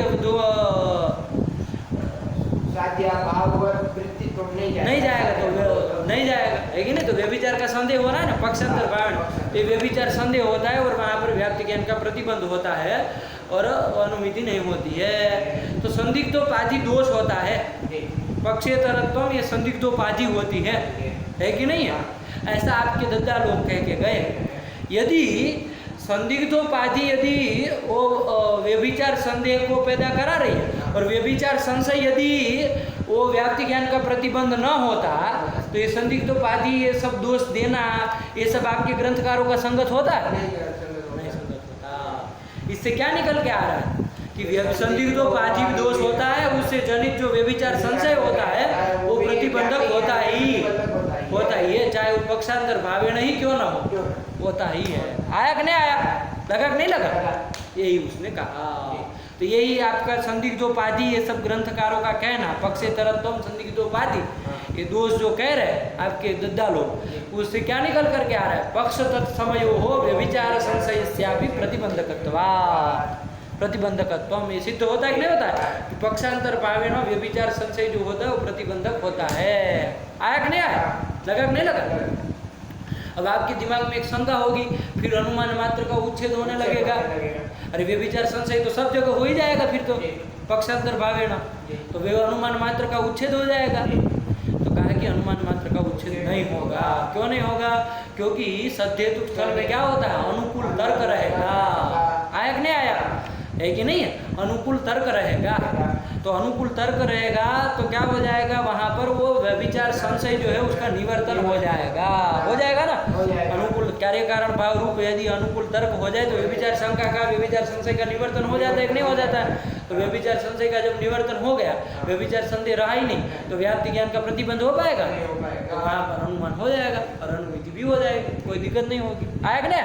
अनुकूल तर्क जहाँ नहीं रहेगा वहीं के लिए सब दोष होगा। व्यभिचार संदिग्धोपाधि होगी, संदिग्धोपाधि से क्या होगा? व्यभिचार का संशय होगा, वो व्याप्ति ज्ञान का प्रतिबंध कर देगा और वहाँ के लिए ही नहीं होगा। लेकिन जहाँ सद्धेतु स्थल होगा वहाँ तो चूंकि वो कार्य वो रहेगा, अनुकूल तर्क रहेगा। अनुकूल पर्वतो वन्यमान धूमात् में अनुकूल तर्क है ना कि यदि वन्य न स्यात् तर्हि धूमो भी न स्यात्। धूमस्य धूमस्य वन्य है जन्यत्वात्। क्या बोल? धूमस्य वन्य है जनकत्वात्। धूम है वन्य का जनक है, वन्य है और धूम का जनक। तो क्या तुम शब्द से तो अंड का बंड बोल रहे हो ना? समझ रहे हो उससे क्या मतलब? है जन्यत्वात्। वन्य है जन्यत्वात्, वन्य जन्य है, धूमस्य वन्य जन्यत्वात्। तो फिर काहे इतना बोल रहे हो? धूमस्य वन्य जन्यत्वात्। अरे वन्य है जन्य है वन्य जन्य और वन्य जन्यत्वम धूम में रहेगा, तो धूमस्य वन्य जन्यत्वम, तो धूमस्य वन्य जन्यत्वात्। जैसे बोलो वन्य है षष्ठी लगा दोगे, जन्य तुम इसमें वन्य में घुस जाएगा, वो जन्य है नहीं ना? आया कि नहीं? तो वो तो जनक है, धूमस्य वन्य जन्यत्वात्। ये अनुकूल तर्क है कि नहीं है? तो जब ये अनुकूल तर्क है तो अब व्यभिचार संदेह हो पाएगा? नहीं ना होगा। व्यभिचार संदेह नहीं ना होगा, उसका निवर्तन हो जाएगा। और व्यभिचार संदेह क्या? पक्षेतरत्व मिलेगा ही नहीं। पक्षेतरत्व जो उपाधि से हुआ है, पक्षेतरत्व उपाधि संदिग्धोपाधि होने में कोई दोष नहीं है, ये ध्यान रखना। लेकिन इससे जो व्यभिचार संदेह होगा, व्यभिचार संदेह होगा है कि नहीं है? व्यभिचार संदेह होगा वो निवर्तन हो जाएगा अनुकूल तर्क से। व्यभिचार संशय का निवर्तन हो गया, और जब व्यभिचार संशय का निवर्तन हो गया तो फिर वो उपाधि क्या बिगाड़ लेगी? कुछ नहीं करेगी। तो उसका दूषक उपाधि दूषक नहीं ना हुई, तो जब दूषक की नहीं रही तो उस उपाधि से कोई होने वाला नहीं है, तो उस उपाधि कोई दोष नहीं ना कराएगी। व्याप्यता सिद्धि दोष नहीं होगा उस जगह, है कि नहीं? ये तो व्याप्यता सिद्ध नहीं होगा। आया कि ना? तो वहाँ लगेगा ही नहीं, उपाधि दोष लगेगा ही नहीं। लगा कि नहीं लगा? अनुकूल तर्क जहाँ नहीं रहेगा वहीं के लिए होगा। तो अनुमान मात्र का उच्छेद की आपत्ति भी नहीं ना है? नहीं है। आया कि नहीं आया? तो यही उन्होंने कर दिया। इसका मतलब अभी कुल मिला के इसके करके निष्कर्ष क्या निकल करके लाए कि संदिग्धोपाधि भी दोष होता है। संदिग्धोपाधि से जो व्यभिचार संशय होता है वो पक्षांतर भावेण ही क्यों ना हो, वो व्याप्ति ज्ञान का प्रतिबंधक होता है। तो शरीर जन्यत्व में संदिग्धोपाधि है तो दोष होगा कि नहीं होगा? ये आपके अनुमान में, स्थापना अनुमान में उससे होगा क्या? व्यभिचार संशय होगा। वो व्यभिचार संशय से क्या हो जाएगा? वो चाहे भले पक्षांतर भावेण है लेकिन व्याप्ति ज्ञान का प्रतिबंध हो जाएगा कि नहीं हो जाएगा? व्याप्ति ज्ञान क्या है? कृतिजन्यत्व भाववद अवृत्ति। कृतिजन्यत्व भाववद अवृत्ति कौन है? ये पक्षित्यं पुरादी। साध्या भाववद अवृत्ति कौन होता है? साध्या भाववद अवृत्ति कृतिजन्यत्व भाववद। क्या बोलते हो? तुमको ये भी नहीं समझ में आता।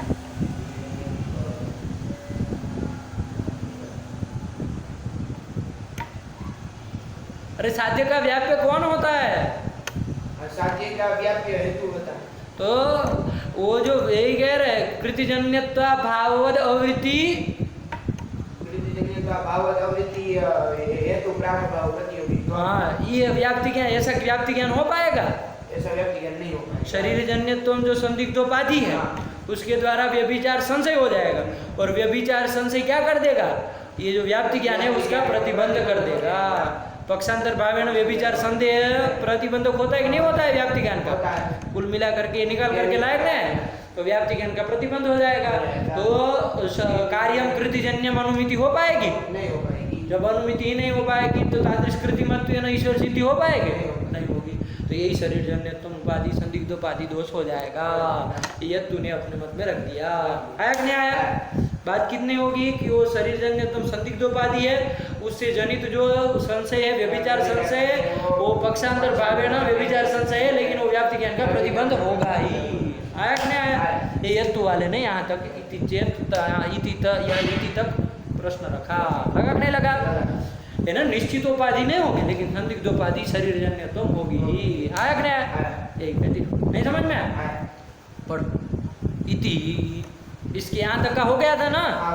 इति, इसके बाद पढ़ो तन। ये जो आपने यत्तु वाले ने कहा शरीर जन्यत्व संदिग्धोपाधि होगी, है कि नहीं है, और उससे व्यभिचार संशय होगा। तो भले पक्ष से व्यभिचार संशय है लेकिन वो प्रतिबंध करेगा व्याप्ति ज्ञान का, करेगा। तो व्याप्ति ज्ञान का प्रतिबंध करेगा तो दोष हो ही गया, वो संदिग्धोपाधि भी दूषक हो ही गई, तो व्याप्यत्व सिद्धि दोष हो जाएगा, है कि नहीं? तो इति चेत, ये जो आप कह रहे हो तन्न, क्यों? कार्यत्वेन कृतित्वेन कार्यकारण भाव रूपस्य अनुकूल तर्कस्य सत्वेन, ये अनुकूल तर्क है ना जी हमारे पास। अरे पर्वतो वन्यमान धूमाद में भी तो अनुकूल तर्क था, इसलिए वो पक्षेतरत्व संदिग्धोपाधि नहीं ना हुई थी। बात समझ में आई ना? अनुकूल तर्क विरादशायम संदिग्धोपाधि होता है, ये शरीर जन्यत्व भी संदिग्धोपाधि यहाँ हो रही है, लेकिन कब होती? जब अनुकूल तर्क ना होता तब। हमारे पास अनुकूल तर्क है, कार्य कारण भाव रूप, कार्यत्वेन कार्य के प्रति, कार्य सामान्य के प्रति, कृतित्वेन कृति कारण है कि नहीं है? तो फिर ये अनुकूल तर्क से सत्य न, वही कह रहा है। पढ़ो कार्यत्वेन कृतित्वेन कार्य कारण भाव रूपस्य अनुकूल तर्कस्य सत्वेन, ये सत्य है कि नहीं है? तो ये जब अनुकूल मतलब कार्य जो भी होगा, कार्य तो जहाँ होगा वहाँ कृति होगी उसके जनक के रूप में, है कि नहीं है?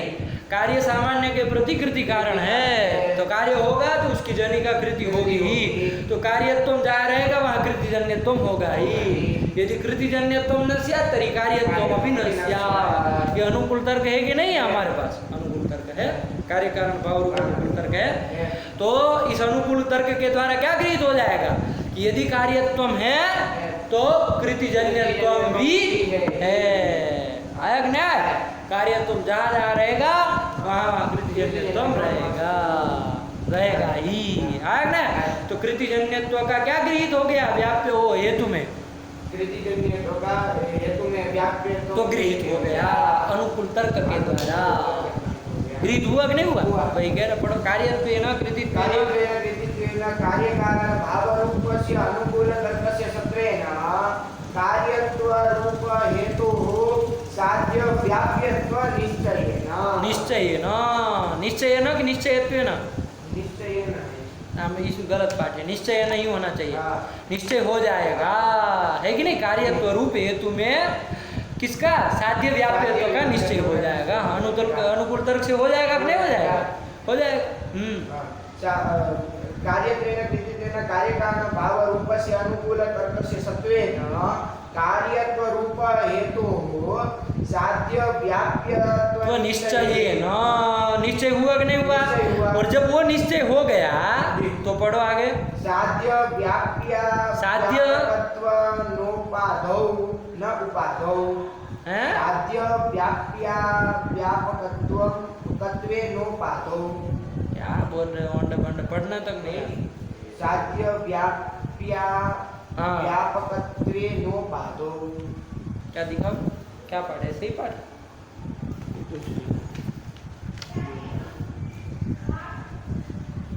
साध्य व्याप्यत्व निश्चयेन साध्य व्याप्या व्यापकत्वेन उपादो, तो रुक क्यों रहे हो इधर? खत्म थोड़ी ना हो गया है, आगे नहीं है पंक्ति।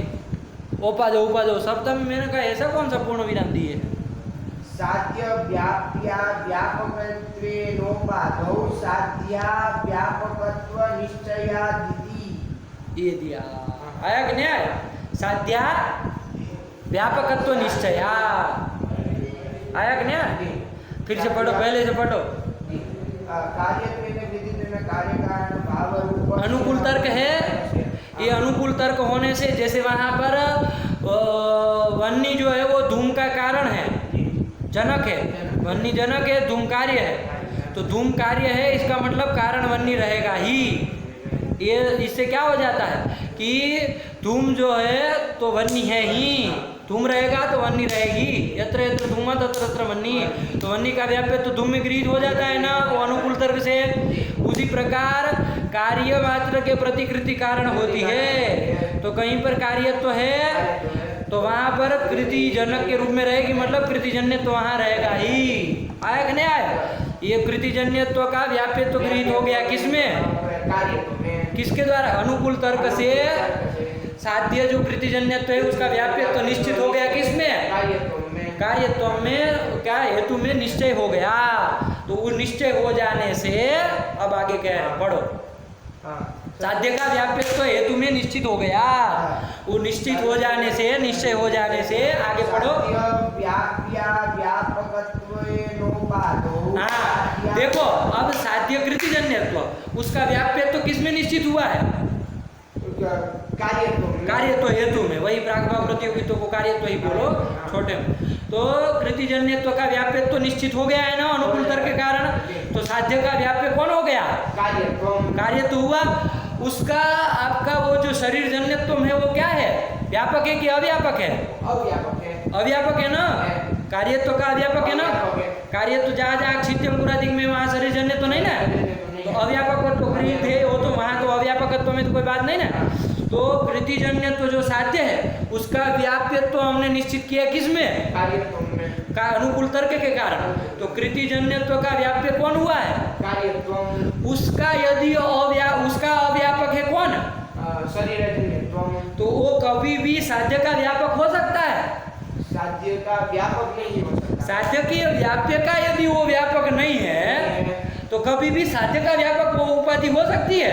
नहीं हो सकती है। इधर से घुमाए, आया कि नहीं आया? उसको उल्टा दिए है कि नहीं? जैसे वो घुमा रहा था वैसे ये दिया। अरे उपाधि में उपाधि दोष देने के लिए कैसे व्यभिचार का उत्तर करते हैं, तो उसका उल्टा बिल्कुल दिया। अनुकूल तर्क के कारण चूंकि इसमें साध्य का व्याप्य तो निश्चित हो गया हेतु में, तो साध्य का व्याप्य जो हेतु है उसका यदि उपाधि व्यापक नहीं हो पा रही है तो साध्य की व्यापक कभी होगी? साध्य की व्यापक नहीं होगी तो उपाधि ही नहीं होगी। कहाँ की किस्सा कहानी संदिग्धोपाधि दे रहे हो? संदिग्धोपाधि होगी ही नहीं। आया कि नहीं आया? उपाधि ही नहीं होगी किसी भी तरह से। आया कि नहीं? ये कहना चाह रहा है। पढ़ो। साध्य व्याप्या साध्य हो गया कृतिजन्यत्व, उसका व्याप्य कौन है? उसका अव्याप्यत्वेन उपाधौ, अव्यापकत्वेन उपाधौ। उसका अव्यापकत्व उपाधि में है कि नहीं है? उपाधौ उपाधि में, शरीरजन्यत्व में उसका अव्यापकत्व है कि नहीं है? किसका? ये कार्यत्व का अव्यापकत्व है कि नहीं? और कार्यत्व कैसा है? साध्य का व्याप्य है, कृतिजन्यत्व का व्याप्य है। अनुकूल तर्क के द्वारा वो निश्चय हो चुका है। तो कृतिजन्यत्व का व्याप्य जो कार्यत्व है उसका अव्यापकत्व किसमें है? उपाधि में है। उस उपाधि में कभी साध्य का व्यापकत्व रह सकता है? तो साध्य व्यापकत्व रहेगा। तो उपाधि साध्य व्यापकत्व निश्चय, साध्य व्यापकत्व का ही निश्चय हो जाएगा। तो जब साध्य व्यापकत्व का निश्चय हो जाएगा तो साध्य व्यापकत्व सती साधना व्यापकत्व रूप उपाधि वो बने, वो उपाधि तो उसमें रहेगा, सर्जन उपाधि तो ही नहीं रहेगा। तो उपाधि होगी ही नहीं, उपाधि दोष ही नहीं है। आया कि नहीं? बात समझ में आई? ठीक है। एक मिनट रुको, समझो इसको। क्या बोले? साध्य का व्याप्य जो, हाँ बोलो। साध्य का व्याप्य जो कार्यत्व है वो कार्यत्व वो निश्चय हो गया है। तो फिर जो कार्यत्व साध्य ये जो हेतु कार्यत्व है उसका जो अव्यापक है यानी कि शरीरजन्यत्व ये उपाधि वो कभी भी साध्य जो हमारा कृतिजन्यत्व है उसका व्यापक नहीं हो सकता है।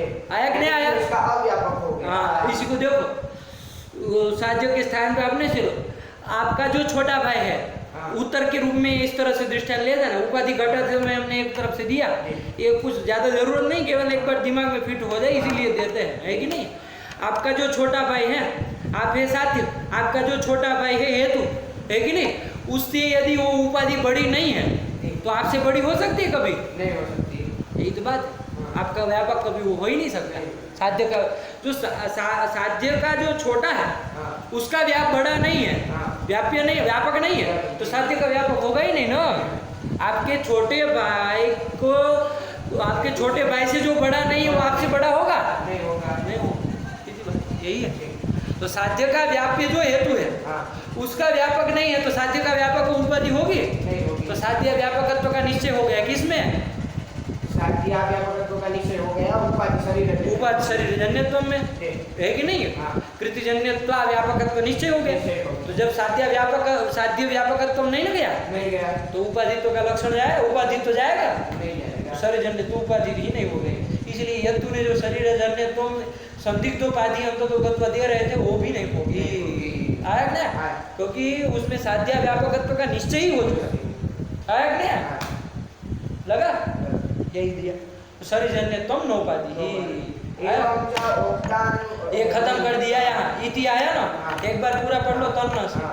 तन्न कार्यत्वेन कृतित्वेन कार्यकारण भावरूपस्यानुकूलतर्कस्य सत्वेन कार्यत्वरूप हेतोः साध्य व्याप्यत्व निश्चयेन साध्य व्याप्या व्यापकत्वेनोपाधौ साध्या व्यापकत्व निश्चयादिति। इति बस इसके साथ खत्म किया है। इति है कि नहीं? इति ये ईश्वर साधक अनुमान है पूरा का पूरा। चलो क्या अनुमान कर दिया? कार्यम कृतिजन्यम प्रागभाव प्रतियोगित्वात् घटवत्, ये आपका प्रदर्शित इन्होंने कर दिया। और इसके द्वारा इस अनुमान में अब चूंकि अनुकूल तर्क है तो कोई उपाधि को दोष होगा नहीं, है कि नहीं। शरीरजन्य तो उपाधि वगैरह कुछ होगा नहीं, और कृतिजन्य तो सिद्ध हो जाएगा कार्य क्षित्यम पुराधिक में, है कि नहीं। तो क्षित्यम पुराधिकम कृतिजन्यम कार्यम कृतिजन्यम ये अनुमिति हो जाएगी। अरे अनुमिति में हेतु क्यों बोल रहे?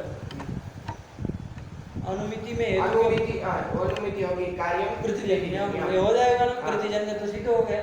अभी कृति अस्मदादि नाम न संभवती, तो कृति मत न किसकी सिद्धि हो जाएगी? ईश्वर की सिद्धि हो जाएगी। आएगा ना। तो कृति भी चूंकि लाघव ज्ञान सहकार्य कैसी है? नित्य है और एक है। और ऐसी कृति हम लोगों की नहीं ना होती, नित्य कृतियां हम लोगों की जीवन नाम न संभवती, तो तद्वत है ना ईश्वर सिद्धि हो जाएगी। ईश्वर साधक अनुमान इन्होंने प्रदर्शित कर दिया। आया अपने हाँ, अब क्या कह रहे पढ़ो। एवं च उक्तानुमानेन ईश्वर सिद्धौ। अब ईश्वर सिद्धि हो गई ना उक्त अनुमान से। किस अनुमान से? कार्यम कृतिजन्यम प्रागभाव प्रतियोगित्वात् घटवत्। उक्त अनुमान है ना। एवं च उक्तानुमानेन ईश्वर सिद्धौ तदुच्चरितत्वेन। अब ईश्वर की सिद्धि हो गई, ईश्वर की सिद्धि हो गई, है कि नहीं। अब वो ईश्वर के द्वारा उच्चरित जो आपका वेद है कि नहीं है, वो भी चूंकि वो भी प्रमाण अब हो सकता है कि नहीं हो सकता है। पहले देखो शुरुआत में जब कहा था कि ईश्वर साधक कोई हेतु नहीं है, कोई प्रमाण नहीं है, तो उसमें एक शंका उठी थी कि नहीं भाई श्रुति प्रमाण है, शब्द प्रमाण है, श्रुति प्रमाण है, वेद प्रमाण है, तो वो शब्द प्रमाण से ईश्वर की सिद्धि हो जाएगी। तो वहाँ कहा क्या कहा था कि ईश्वर ही सिद्ध नहीं है, क्योंकि श्रुति नाम ईश्वरोक्तत्वात्, क्योंकि मत श्रुति नाम ईश्वरोक्तत्वात् ईश्वर संदेहेन श्रुति प्रामाण्यस्यापि संदिग्धत्वात्। ये कहा ना ईश्वर में ही जब संदेह है तो ईश्वरोक्त श्रुति में कभी प्रामाण्य निश्चय होगा? प्रामाण्य उसका भी संदिग्ध रहेगा, तो उससे कभी भी वो ईश्वर की सिद्धि नहीं हो सकती। लेकिन अब जब अनुमान के द्वारा, किस अनुमान के द्वारा? कार्यम कृतिजन्यम प्रागभाव प्रतियोगित्वात् इस अनुमान के द्वारा जब हमने क्या सिद्ध कर दिया, ईश्वर सिद्धि अब कर दी, तो अब उस ईश्वर के द्वारा उच्चरित जो वेद है अब उसका भी प्रामाण्य गृहीत हो जाएगा कि नहीं हो जाएगा? अब वो भी प्रमाण हो जाएगा कि नहीं हो जाएगा? तो अब शब्द प्रमाण अब वो श्रुति को भी प्रमाण के रूप में अब दे सकते हैं, है कि नहीं? क्या कहा, पढ़ो फिर से। एवं उक्तानुमानेन ईश्वर सिद्धो तदुच्चरितत्वेन वेदस्य प्रामाण्य निश्चयात्। वेद का प्रामाण्य निश्चित हो जाएगा ना, क्योंकि आप तो वाक्य जो होता है वो प्रमाण होता है। ईश्वर नित्य ज्ञान वाला है कि नहीं है? तो ये सब आप राग द्वेष बिना का होता है, राग द्वेष नहीं ना होता है उसको, तो वो कभी झूठ तो बोलेगा नहीं। और सर्वज्ञ है वो, सब ज्ञान है उसको रहता है कि नहीं? नित्य ज्ञान वाला है, सब ज्ञान वाला वो है कि नहीं? सबका उसको ज्ञान है, तो वो जो भी कहेगा वो सही होगा। तो आप तो हो गया कि नहीं हो गया? तो आप तो को होने के कारण वो श्रुति भी अब प्रमाण हो जाएगी, लेकिन तो ईश्वरोच्चरित जो श्रुति है तस्य प्रामाण्य। क्या कह रहे? एवं च उक्त अनुमानेन ईश्वर सिद्धौ तदुच्चरितत्वेन वेदस्य प्रामाण्य निश्चयात् वेदोपि प्रमाणम् इत्याह। वेदो भी प्रमाणम इति आह, यही कह करके मूल में कहा। क्या कहा? मूल पढ़ो। द्यावा इत्थंच द्यावा भूमि जनयत्येव एका विश्वस्य कर्ता भुवनस्य गोप्ता इत्यादय आगमा अप्यनुसंधेयाः। अब ये आगमा भी अनुसंधेयाः, वे आगम को भी ईश्वर के प्रमाण के रूप में दे सकते हैं। क्या आगम पहला बोले? द्यावा भूमि जनयन देव एक, देव एक, ऐसा होगा ना? क्या लिखा है? हाँ, द्यावा भूमि जनयन देव एक, यही है कि द्यावा भूमि, द्यावा मतलब द्युलोक, भूमि मतलब भूमि, है कि नहीं? मतलब एक क्षिति, तो द्युलोक भूमि ये सब जो है उसका जनयन जनयिता, उसको उत्पादन करने वाला कोई देव एक, कोई ईश्वर एक है। आया कि नहीं आया? ये भी अब प्रमाण हो जाएगा कि नहीं हो जाएगा? ये भी हो जाएगा। और क्या कह रहे हैं? दूसरा विधिया, दूसरी श्रुति दी क्या? विश्वस्य कर्ता भुवनस्य गोप्ता, विश्व का कोई करता है। ईश्वर जो है क्या है? विश्व का करता है, इस संसार पूरे संसार का करता है कि नहीं? जनक है। और भुवन से गोप्ता, वो भुवन का रक्षक है कि नहीं? रक्षण करने वाला है, गुपु रक्षण है ना, तो गोप्ता मतलब रक्षक। तो ये इत्यादय आगमा भी अनुसंधेया, अब वो आगम को भी प्रमाण के रूप में अनुसंधित कर सकते हैं। ईश्वर के प्रमाण के, ईश्वर साधक वो ईश्वर की सिद्धि में प्रमाण के रूप में ये भी दे सकते हैं। शब्द प्रमाण श्रुति प्रमाण भी अब दे सकते हैं, है कि नहीं? अब जब अनुमान के द्वारा कार्यम कृतिजन्यम घटवत युक्तानुमान है ना, जब ईश्वर की सिद्धि हो गए तो अब वो ईश्वर के द्वारा उच्चरित जो वेद है उसका भी प्रामाण्य चूंकि अब निश्चित हो गया, तो उसका अब वो वेद को भी, उस श्रुति को भी प्रमाण के, ईश्वर के सिद्धि के रूप में प्रमाण, वो ईश्वर साधक प्रमाण के रूप में अब दे सकते हैं। यही बात मूल में कही। क्या कही? द्यावा भूमि जनयन देव एक विश्वस्य कर्ता भुवनस्य गोप्ता इत्यादय आगमा अभी, हाँ, ये इत्यादि आगम को भी अनुसंधित करना चाहिए। आया ना? ठीक है, चलो अब नीचे दिन करी। चलो ये लिखा ना एवं जो करके अवतरण उसका बनाया है, मूल खत्म हो गया। ईश्वर सिद्धि का मूल हो गया ना खत्म। हाँ, अब इसका देखो नीचे, इसका एवं एक बार अवतरण पढ़ लो। चलो उक्तानुमानेन ईश्वर सिद्धौ तदुच्चरितत्वेन वेदस्य प्रामाण्य निश्चयात् वेदोपि प्रमाणम् इत्याह। वेदोपि ईश्वरे प्रमाणम। आया कि नहीं? अब हो जाता है। चलो द्यावा भूमि जनयन नीति अवतरण बना दिया। चलिए मूल में आएगा इत्यादय। अरे द्यावा भूमि जनयन देव एक विश्वस्य कर्ता भुवनस्य गोप्ता इत्यादय, तो आदि से इत्यादय, आदि से और कौन ले रहा है? तो आदि ना ये सब भी ले लेना। क्या दे रहा है? आदि ना सीता, ये दे रहे आदि से ये सब आगम भी ले लेना। बहुत सारी श्रुतियाँ ये सब भी ले लेना, है कि नहीं? कोई एक दो नहीं, बहुत सारी है। क्या दिया? ईश्वरम उपासिता, ईश्वर की उपासना करनी चाहिए। तो देखो ईश्वर में प्रमाण हो ही गया, साफ साफ कह रहा है ईश्वरम उपासिता, इसका मतलब ईश्वर है, तभी तो उपासना किया जाएगा, तो तभी तो उपासना करने का आदेश दे रहा है, तो है ना? तो ईश्वरम उपासित, ये भी आदि से ले लेना। और क्या कह रहे हैं? यह सर्वज्ञ स सर्वविद्यस्य ज्ञानमयम तपः। हाँ हाँ, तो ये यह सर्वज्ञ स सर्वविद, ये स सर्वविद स पाठ नहीं है इसमें, शायद श्रुति में भी स पाठ नहीं है। यह सर्वज्ञ सर्वविद यस्य ज्ञानमयम तपः सह अकामयत, है कि नहीं है? ये साथ में ही कर दिया है पूरा, है कि नहीं? इसमें से यह सर्वज्ञ सर्वविद यस्य ज्ञानमयम तपः सह अकामयत, अथवा अलग अलग श्रुतियाँ उसमें सो कामयत अलग श्रुति के रूप में रखा होगा, अनवर्टेड कोमा अलग लगाया होगा, तो वो अलग भी रहे, कोई दिक्कत नहीं, हमें बस वो सब श्रुतियाँ प्रमाण है ईश्वर में, यही कहना। यह सर्वज्ञ सर्वविद, जो सर्वज्ञ है सर्वविद है, यस्य ज्ञानमयम तपः, जिसका ज्ञानमय ही तप है ना, वो ईश्वर ही है। सर्वज्ञ हम लोग नहीं ना होते हैं, तो वो ईश्वर की ही श्रुति चर्चा कर रही है, आया ना? तो ये भी प्रमाण के रूप में लेना। सह अकामयत, वो ईश्वर जो है वो अकामयत, ईश्वर जो है वो कामना किया, है कि नहीं है? मतलब वो पहले अकेला था, तो उसने क्या किया? कामना किया, तो फिर सृष्टि की उत्पत्ति हुई, है ना? सृष्टि की कामना किया, जो सब बहुत कुछ हो, तो ऐसी कामना किया, तो वो ये सब श्रुतियाँ ईश्वर के होने में प्रमाण है। तो ये इत्यादि आदि से ये सब श्रुतियाँ ले लेना। इत्यादि ना परिग्रह, ये इत्यादि नाम होगा ना, इत्यादि ना परिग्रह, इन सब का भी आदि से परिग्रह कर लेना। लगा कि नहीं लगा? हाँ चलो। आदिना ईश्वरम उपासित यह सर्वज्ञ स सर्वविद्यस्य ज्ञानमयम तपः सो कामयत इत्यादि नाम परिग्रह। देखो पहले का आदि ना, आदि शब्द के द्वारा इन सब श्रुतियों का ग्रहण कर लेना। चलो अभी इसमें क्या है इतना लंबा चौड़ा? कार्यानुमानम च उपलक्षणम। हाँ, कार्यानुमानम उपलक्षणम, कार्यानुमानम उपलक्षणम। अभी ये जो कार्यानु ईश्वर साधक अनुमान किया ना, कौन अनुमान किया? कार्यम कृतिजन्यम प्रागभाव प्रतियोगित्वात् घटवत्, ये जो अनुमान किया वो उपलक्षण है।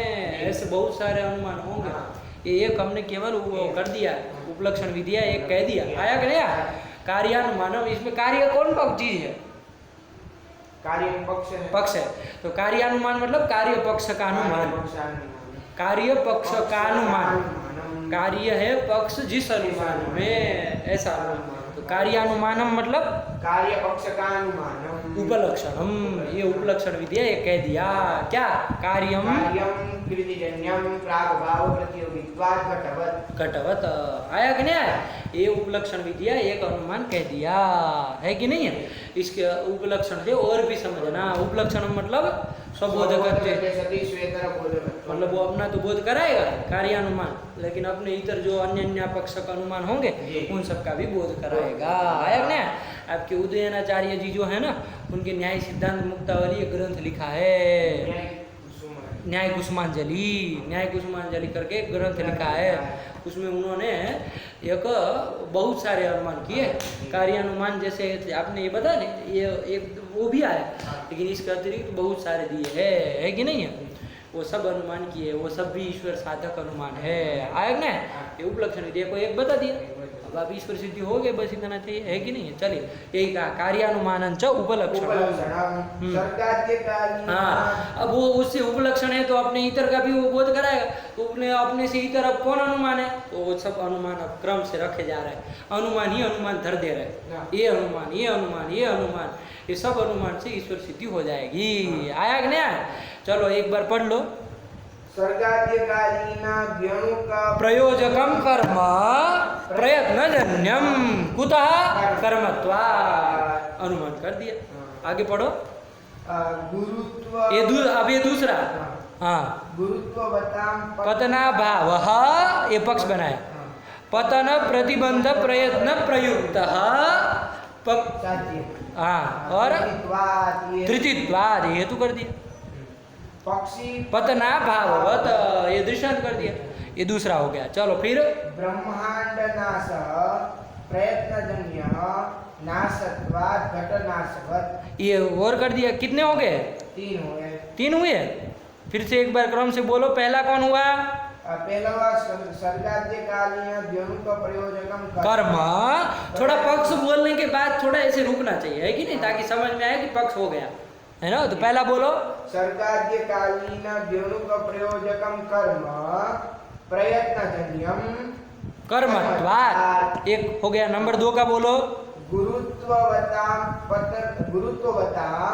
पतनाभावः पतन प्रतिबंधक प्रयत्न प्रयुक्तः धृतित्वात्। पक्षी पतनाभाववत्, दृष्टांत तक जाओ। पतनाभाववत्, ये दूसरा हो गया।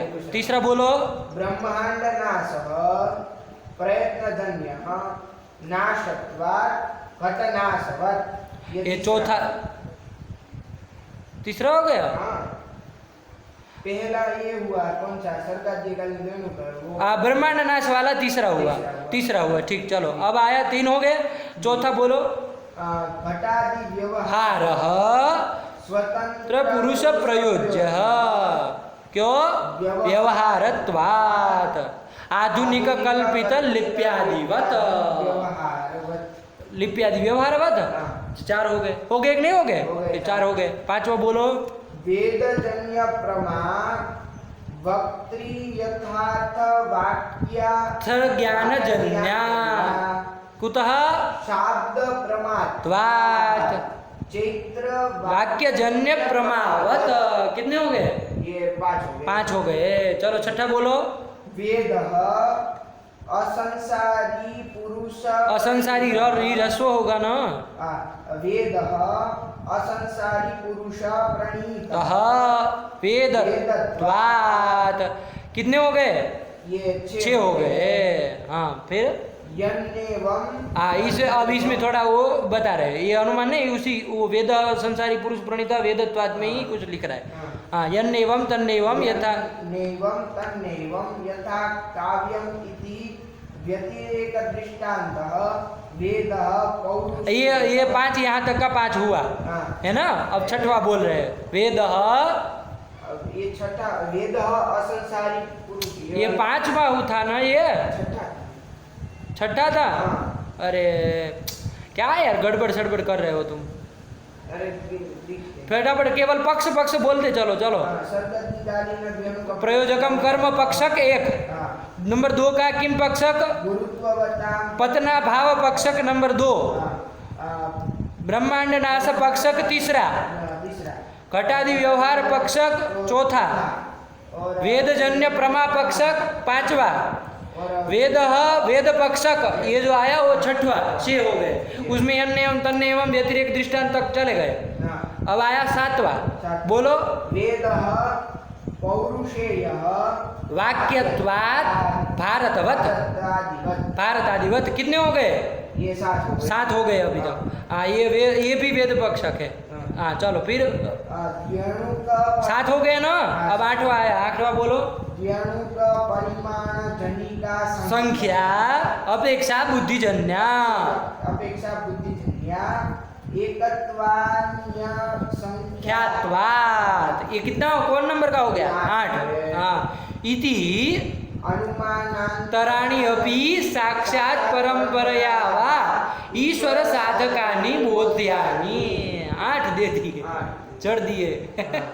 अब ईश्वर करते रहिए सिद्ध, है कि नहीं है? ये भी 8 और दे दिए, है ना। तत्त अलग अलग पक्षक बोध्यानी, है कि नहीं? ये भी अनुमान आप ईश्वर साधक अनुमान के रूप में आए उपलक्षण के, ये भी समझना। हमने केवल कार्यानुमान, कार्य पक्ष का अनुमान एक कह दिया। अब आप ये सब समझिए, है कि नहीं? चलिए इसके बाद क्या कह रहे, पढ़ लो। इत्यादि अनुमानांतराण्य इत्यादि अनुमान इत्यादि पहले जनु का परिमाण जनिका संख्या अपेक्षा बुद्धिजन्या एकत्वान्य संख्यात्वाद। इसके बाद पढ़ना नहीं आता है। इति अनुमानांतराण्यपि साक्षात् परंपराया वा ईश्वर साधकानि बोध्यानि इति। आया कि नहीं आया, ये भी समझना। हाँ फिर आगे पढ़ो। तदुक्तम, तदुक्तम यही चीज कही है। कहाँ पर? न्याय कुसुम्बांजलि में। किन्होंने? उदयनाचार्य जी ने। क्या कहा, पढ़ो। कार्यायोजन धृत्यादेः पदात् प्रत्ययतः श्रुतेः वाक्यात् संख्या विशेषाच्च साध्यो विश्व विदव्ययः विश्व विदव्ययः विदव्ययः, इसमें विश्व जिदव्यय लिख दिया, कोई बात नहीं, विश्व विदव्ययः यही होना चाहिए। चलिए, कार्यायोजन धृत्यादि है कार्य, तो कार्य पक्षक अनुमान समझ लेना। क्या है कार्य पक्षक अनुमान? कार्यम कृतिजन्यम प्रागभाव प्रतियोगित्वात् घटवत्, ये कार्य पक्षक अनुमान है। आया कि नहीं आया? फिर कार्य के बाद नंबर 2 का कौन है? आयोजन। आयोजन। आयोजन, आयोजन किसको कहते हैं? तो देखो दिनकर ही लिख रहे हो, श्लोक के बाद पढ़ो। आयोजनम कर्म, आयोजनम बराबर कर्म। आया कि नहीं आया? आया ना? तो देखो इसलिए ये जो उपलक्षण विधिया जो अनुमान दिया, उसमें पहला अनुमान क्या था? पहला था कार्यानुमान, वो तो छोड़ो, वो तो मूल में दिया, इसके बाद उपलक्षण करके जो पहला दिया सर्गाद्य कालीन धेनु का प्रयोजन जकम कर्म, तो ये किम पक्षक है? ये कर्म पक्षक है। तो वही आयोजन पक्षक हुआ कि नहीं हुआ? क्योंकि आयोजन मतलब क्या बताया? आयोजन माने कर्म, लिखा ना आयोजन हम कर्म। अरे आयोजन करते नहीं कहते, तो मतलब कर्म करते, आयोजन मतलब कर्म, तो कर्म पक्षक, आयोजन पक्षक अनुमान दूसरा। कार्य पक्षक अपना जो दिनकरी में दिया है पहला, आयोजन कर्म की जो उपलक्षणों का पहला है, लेकिन अब दूसरा ही कहो उसको। चलो आया कि नहीं? फिर क्या आया? फिर धृति आया। धृति का देखो फिर कौन दिया था उसके बाद? किम पक्षक था? उसमें गुरुत्वता पतना भाव पक्षक था ना, तो पतना भाव, ये पतना भाव पक्षक, ये पतना भाव मतलब धृति, पतना भाव मतलब क्या होता है? धृति, धृति मतलब धारण, जो धारण किया जाए उसका पतना भाव होता है ना, तो पतना भाव मतलब धृति। आया कि नहीं आया? तो धृति पक्षक है। देखो हेतु किसको बनाया उस अनुमान में? देखो उसमें हेतु बना धृतित्वात्, तो धृतित्वम यत्र यत्र, तो पक्ष में रहेगा मतलब वो धृति होगा ना, धृति पक्षक अनुमान है। तो दूसरा धृति का दे दिया। आया कि नहीं आया? और तीसरा हो गया कार्य पक्षक, फिर आयोजन पक्षक, फिर धृति पक्षक, 3 हो गए कि नहीं हो गए? इसके बाद आदि, आदि लिखा ना, तो आदि मतलब आदि पक्षक नहीं लेना है, आदि से कोई एक समझ लेना। इन्होंने आदि करके कौन सा लिया है? इन्होंने आदि करके पक्षी नहीं ब्रह्मांड नाश पक्षक, तो नाश पक्षक ध्वंस पक्षक बनाया, आदि से उन्होंने नाश पक्षक लिया। तो ये कौन सा 4 हो गए? आदि से एक ही लिए है, ध्यान रखना, ठीक है ना? आदि से एक ही लिए। फिर कौन आया? फिर आया पद, पदार्थ लिखा ना, अरे सब में पंचमी है, कार्यायोजन धृत्यादि है, ये पंचमी थी। फिर पदार्थ, पद पक्षक अनुमान होगा। पद पक्षक अनुमान का पद मतलब क्या होता है जी? तो पद मतलब देखो वो दिनकर ये नहीं लिखा, पदम मतलब क्या होता है? पद्यते गम्यते अनेना इति पदम व्यवहार, पदम मतलब व्यवहार, पद्यते गम्यते अनेना, जिसके द्वारा बोध होता है, पद्यते गम्यते अनेन, इति पदम मतलब व्यवहार। व्यवहार से ही हमको समझ में आता है ना, शब्द प्रयोग कोई व्यवहार करता है तभी तो हमको बोध होता है। जैसे कोई घटा ऐसा व्यवहार किया तभी तो बोध होता है, तो वही पदम मतलब व्यवहार। तो देखो फिर व्यवहार पक्षक किया था कि नहीं किया था? नाश पक्षक के बाद में कौन अनुमान किया था? पढ़ो, घटनाशवत के बाद घटादि व्यवहार, तो व्यवहार पक्षक मतलब पद पक्षक हुआ कि नहीं हुआ? तो ये पद पक्षक कर लिया। चलो ये हो गया। इसके बाद कौन था? ये पदार्थ हो गया। अरे कार्य 1 हो गया, आयोजन 2 हो गया, धृति 3 हो गया, आदि से 1 लिया था मतलब 4 हो गया। आदि से किसको लिया था? आदि से घटनाश को, ब्रह्मांड नाश पक्षक, ब्रह्मांड नाश पक्षक, तो आदि से लिया था, तो 4 हो गए। फिर पद से हो गया व्यवहार पक्षक, 5 हो गए। फिर आया प्रत्ययतः, प्रत्यय पक्षक, प्रत्यय मतलब होता है ज्ञान, प्रमा, यथार्थ ज्ञान को प्रत्यय कहते हैं ना, प्रत्यय मतलब प्रमा। तो देखो वो लिया था कि नहीं लिया था? उसके बाद ये पक्षक लिया, तो प्रत्यय तो हो गया कि नहीं हो गया? इसके बाद कौन हो गया? श्रुति पक्षक। देखो क्या था? वेद मतलब श्रुति होती है ना, वेद ही को ही श्रुति कहते हैं ना, तो वेद पक्षक मतलब श्रुति पक्षक, यही हो गया वेद पक्षक। आया कि नहीं आया? श्रुति पक्षक हो गया, है कि नहीं? फिर कौन आया? वाक्यात, वाक्यात मतलब वाक्य पक्षक। आया कि नहीं? देखो वाक्य पक्षक में कौन दिया है? हाँ, क्यों? वाक्यत्वात् कहा था ना, यत्र यत्र वाक्यत्वम, वाक्य में, वेद में, तो वाक्य पक्षक हुआ कि नहीं हुआ? अरे उसमें भी वेद बोले थे इसके पहले वाले, लेकिन वहाँ श्रुतित्व हेतु था, वेदत्व हेतु था, इसलिए वो वेद पक्षक बोलेंगे। और यहाँ वाक्यत्व हेतु है मतलब वाक्य पक्षक है। आया कि नहीं? दोनों में वेद को ही पक्ष बनाए, लेकिन एक जगह श्रुतित्व न बनाए, एक जगह वाक्यत्व न वेद को बनाए, ये अंतर है। आया क्या? तो ये वाक्य पक्ष के हो गया, दूसरा है ना पौरुषेय वाला। हाँ चलो, फिर कौन आया? फिर संख्या संख्या विशेष। संख्या विशेष को पक्षक बनाया ना, क्या अनुमान किया था? देणु का परिमाण, देणु का परिमाण, जनिका संख्या, तो ये पढ़े संख्या विशेष है ना, तो तत्पक्षक अनुमान किया कि नहीं किया? तो ये विशेषाच साध्य विश्वजिद व्यय, इन सब अनुमानों के द्वारा कार्य पक्षक, आयोजन पक्षक, तृतीय पक्षक और आदि से ब्रह्मांड नाश पक्षक, फिर पद पक्षक मतलब व्यवहार पक्षक, प्रत्यय पक्षक मतलब साध प्रमा पक्षक, फिर श्रुति पक्षक, फिर वाक्य पक्षक, फिर संख्या विशेष पक्षक, अनुमानात, अनुमानों के द्वारा साध्य मतलब सिद्ध करना चाहिए। किसको?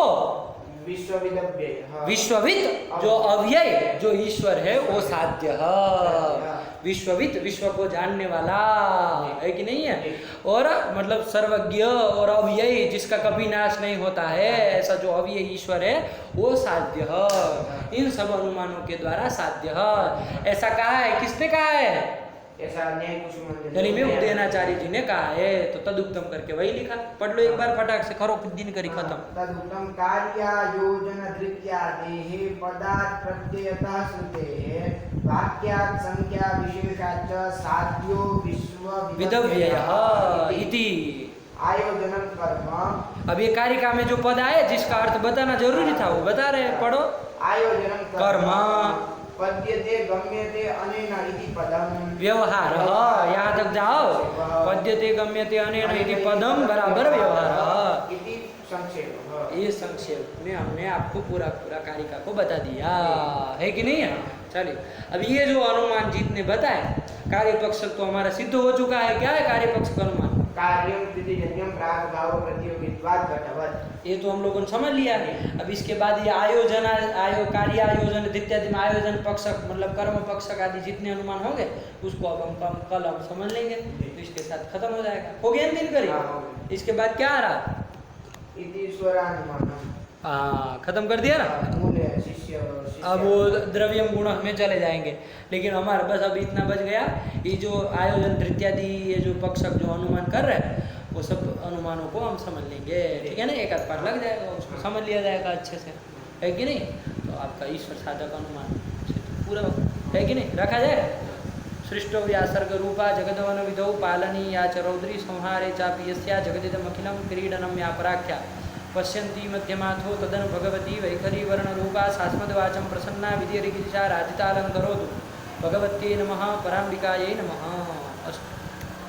समझ में आया ना?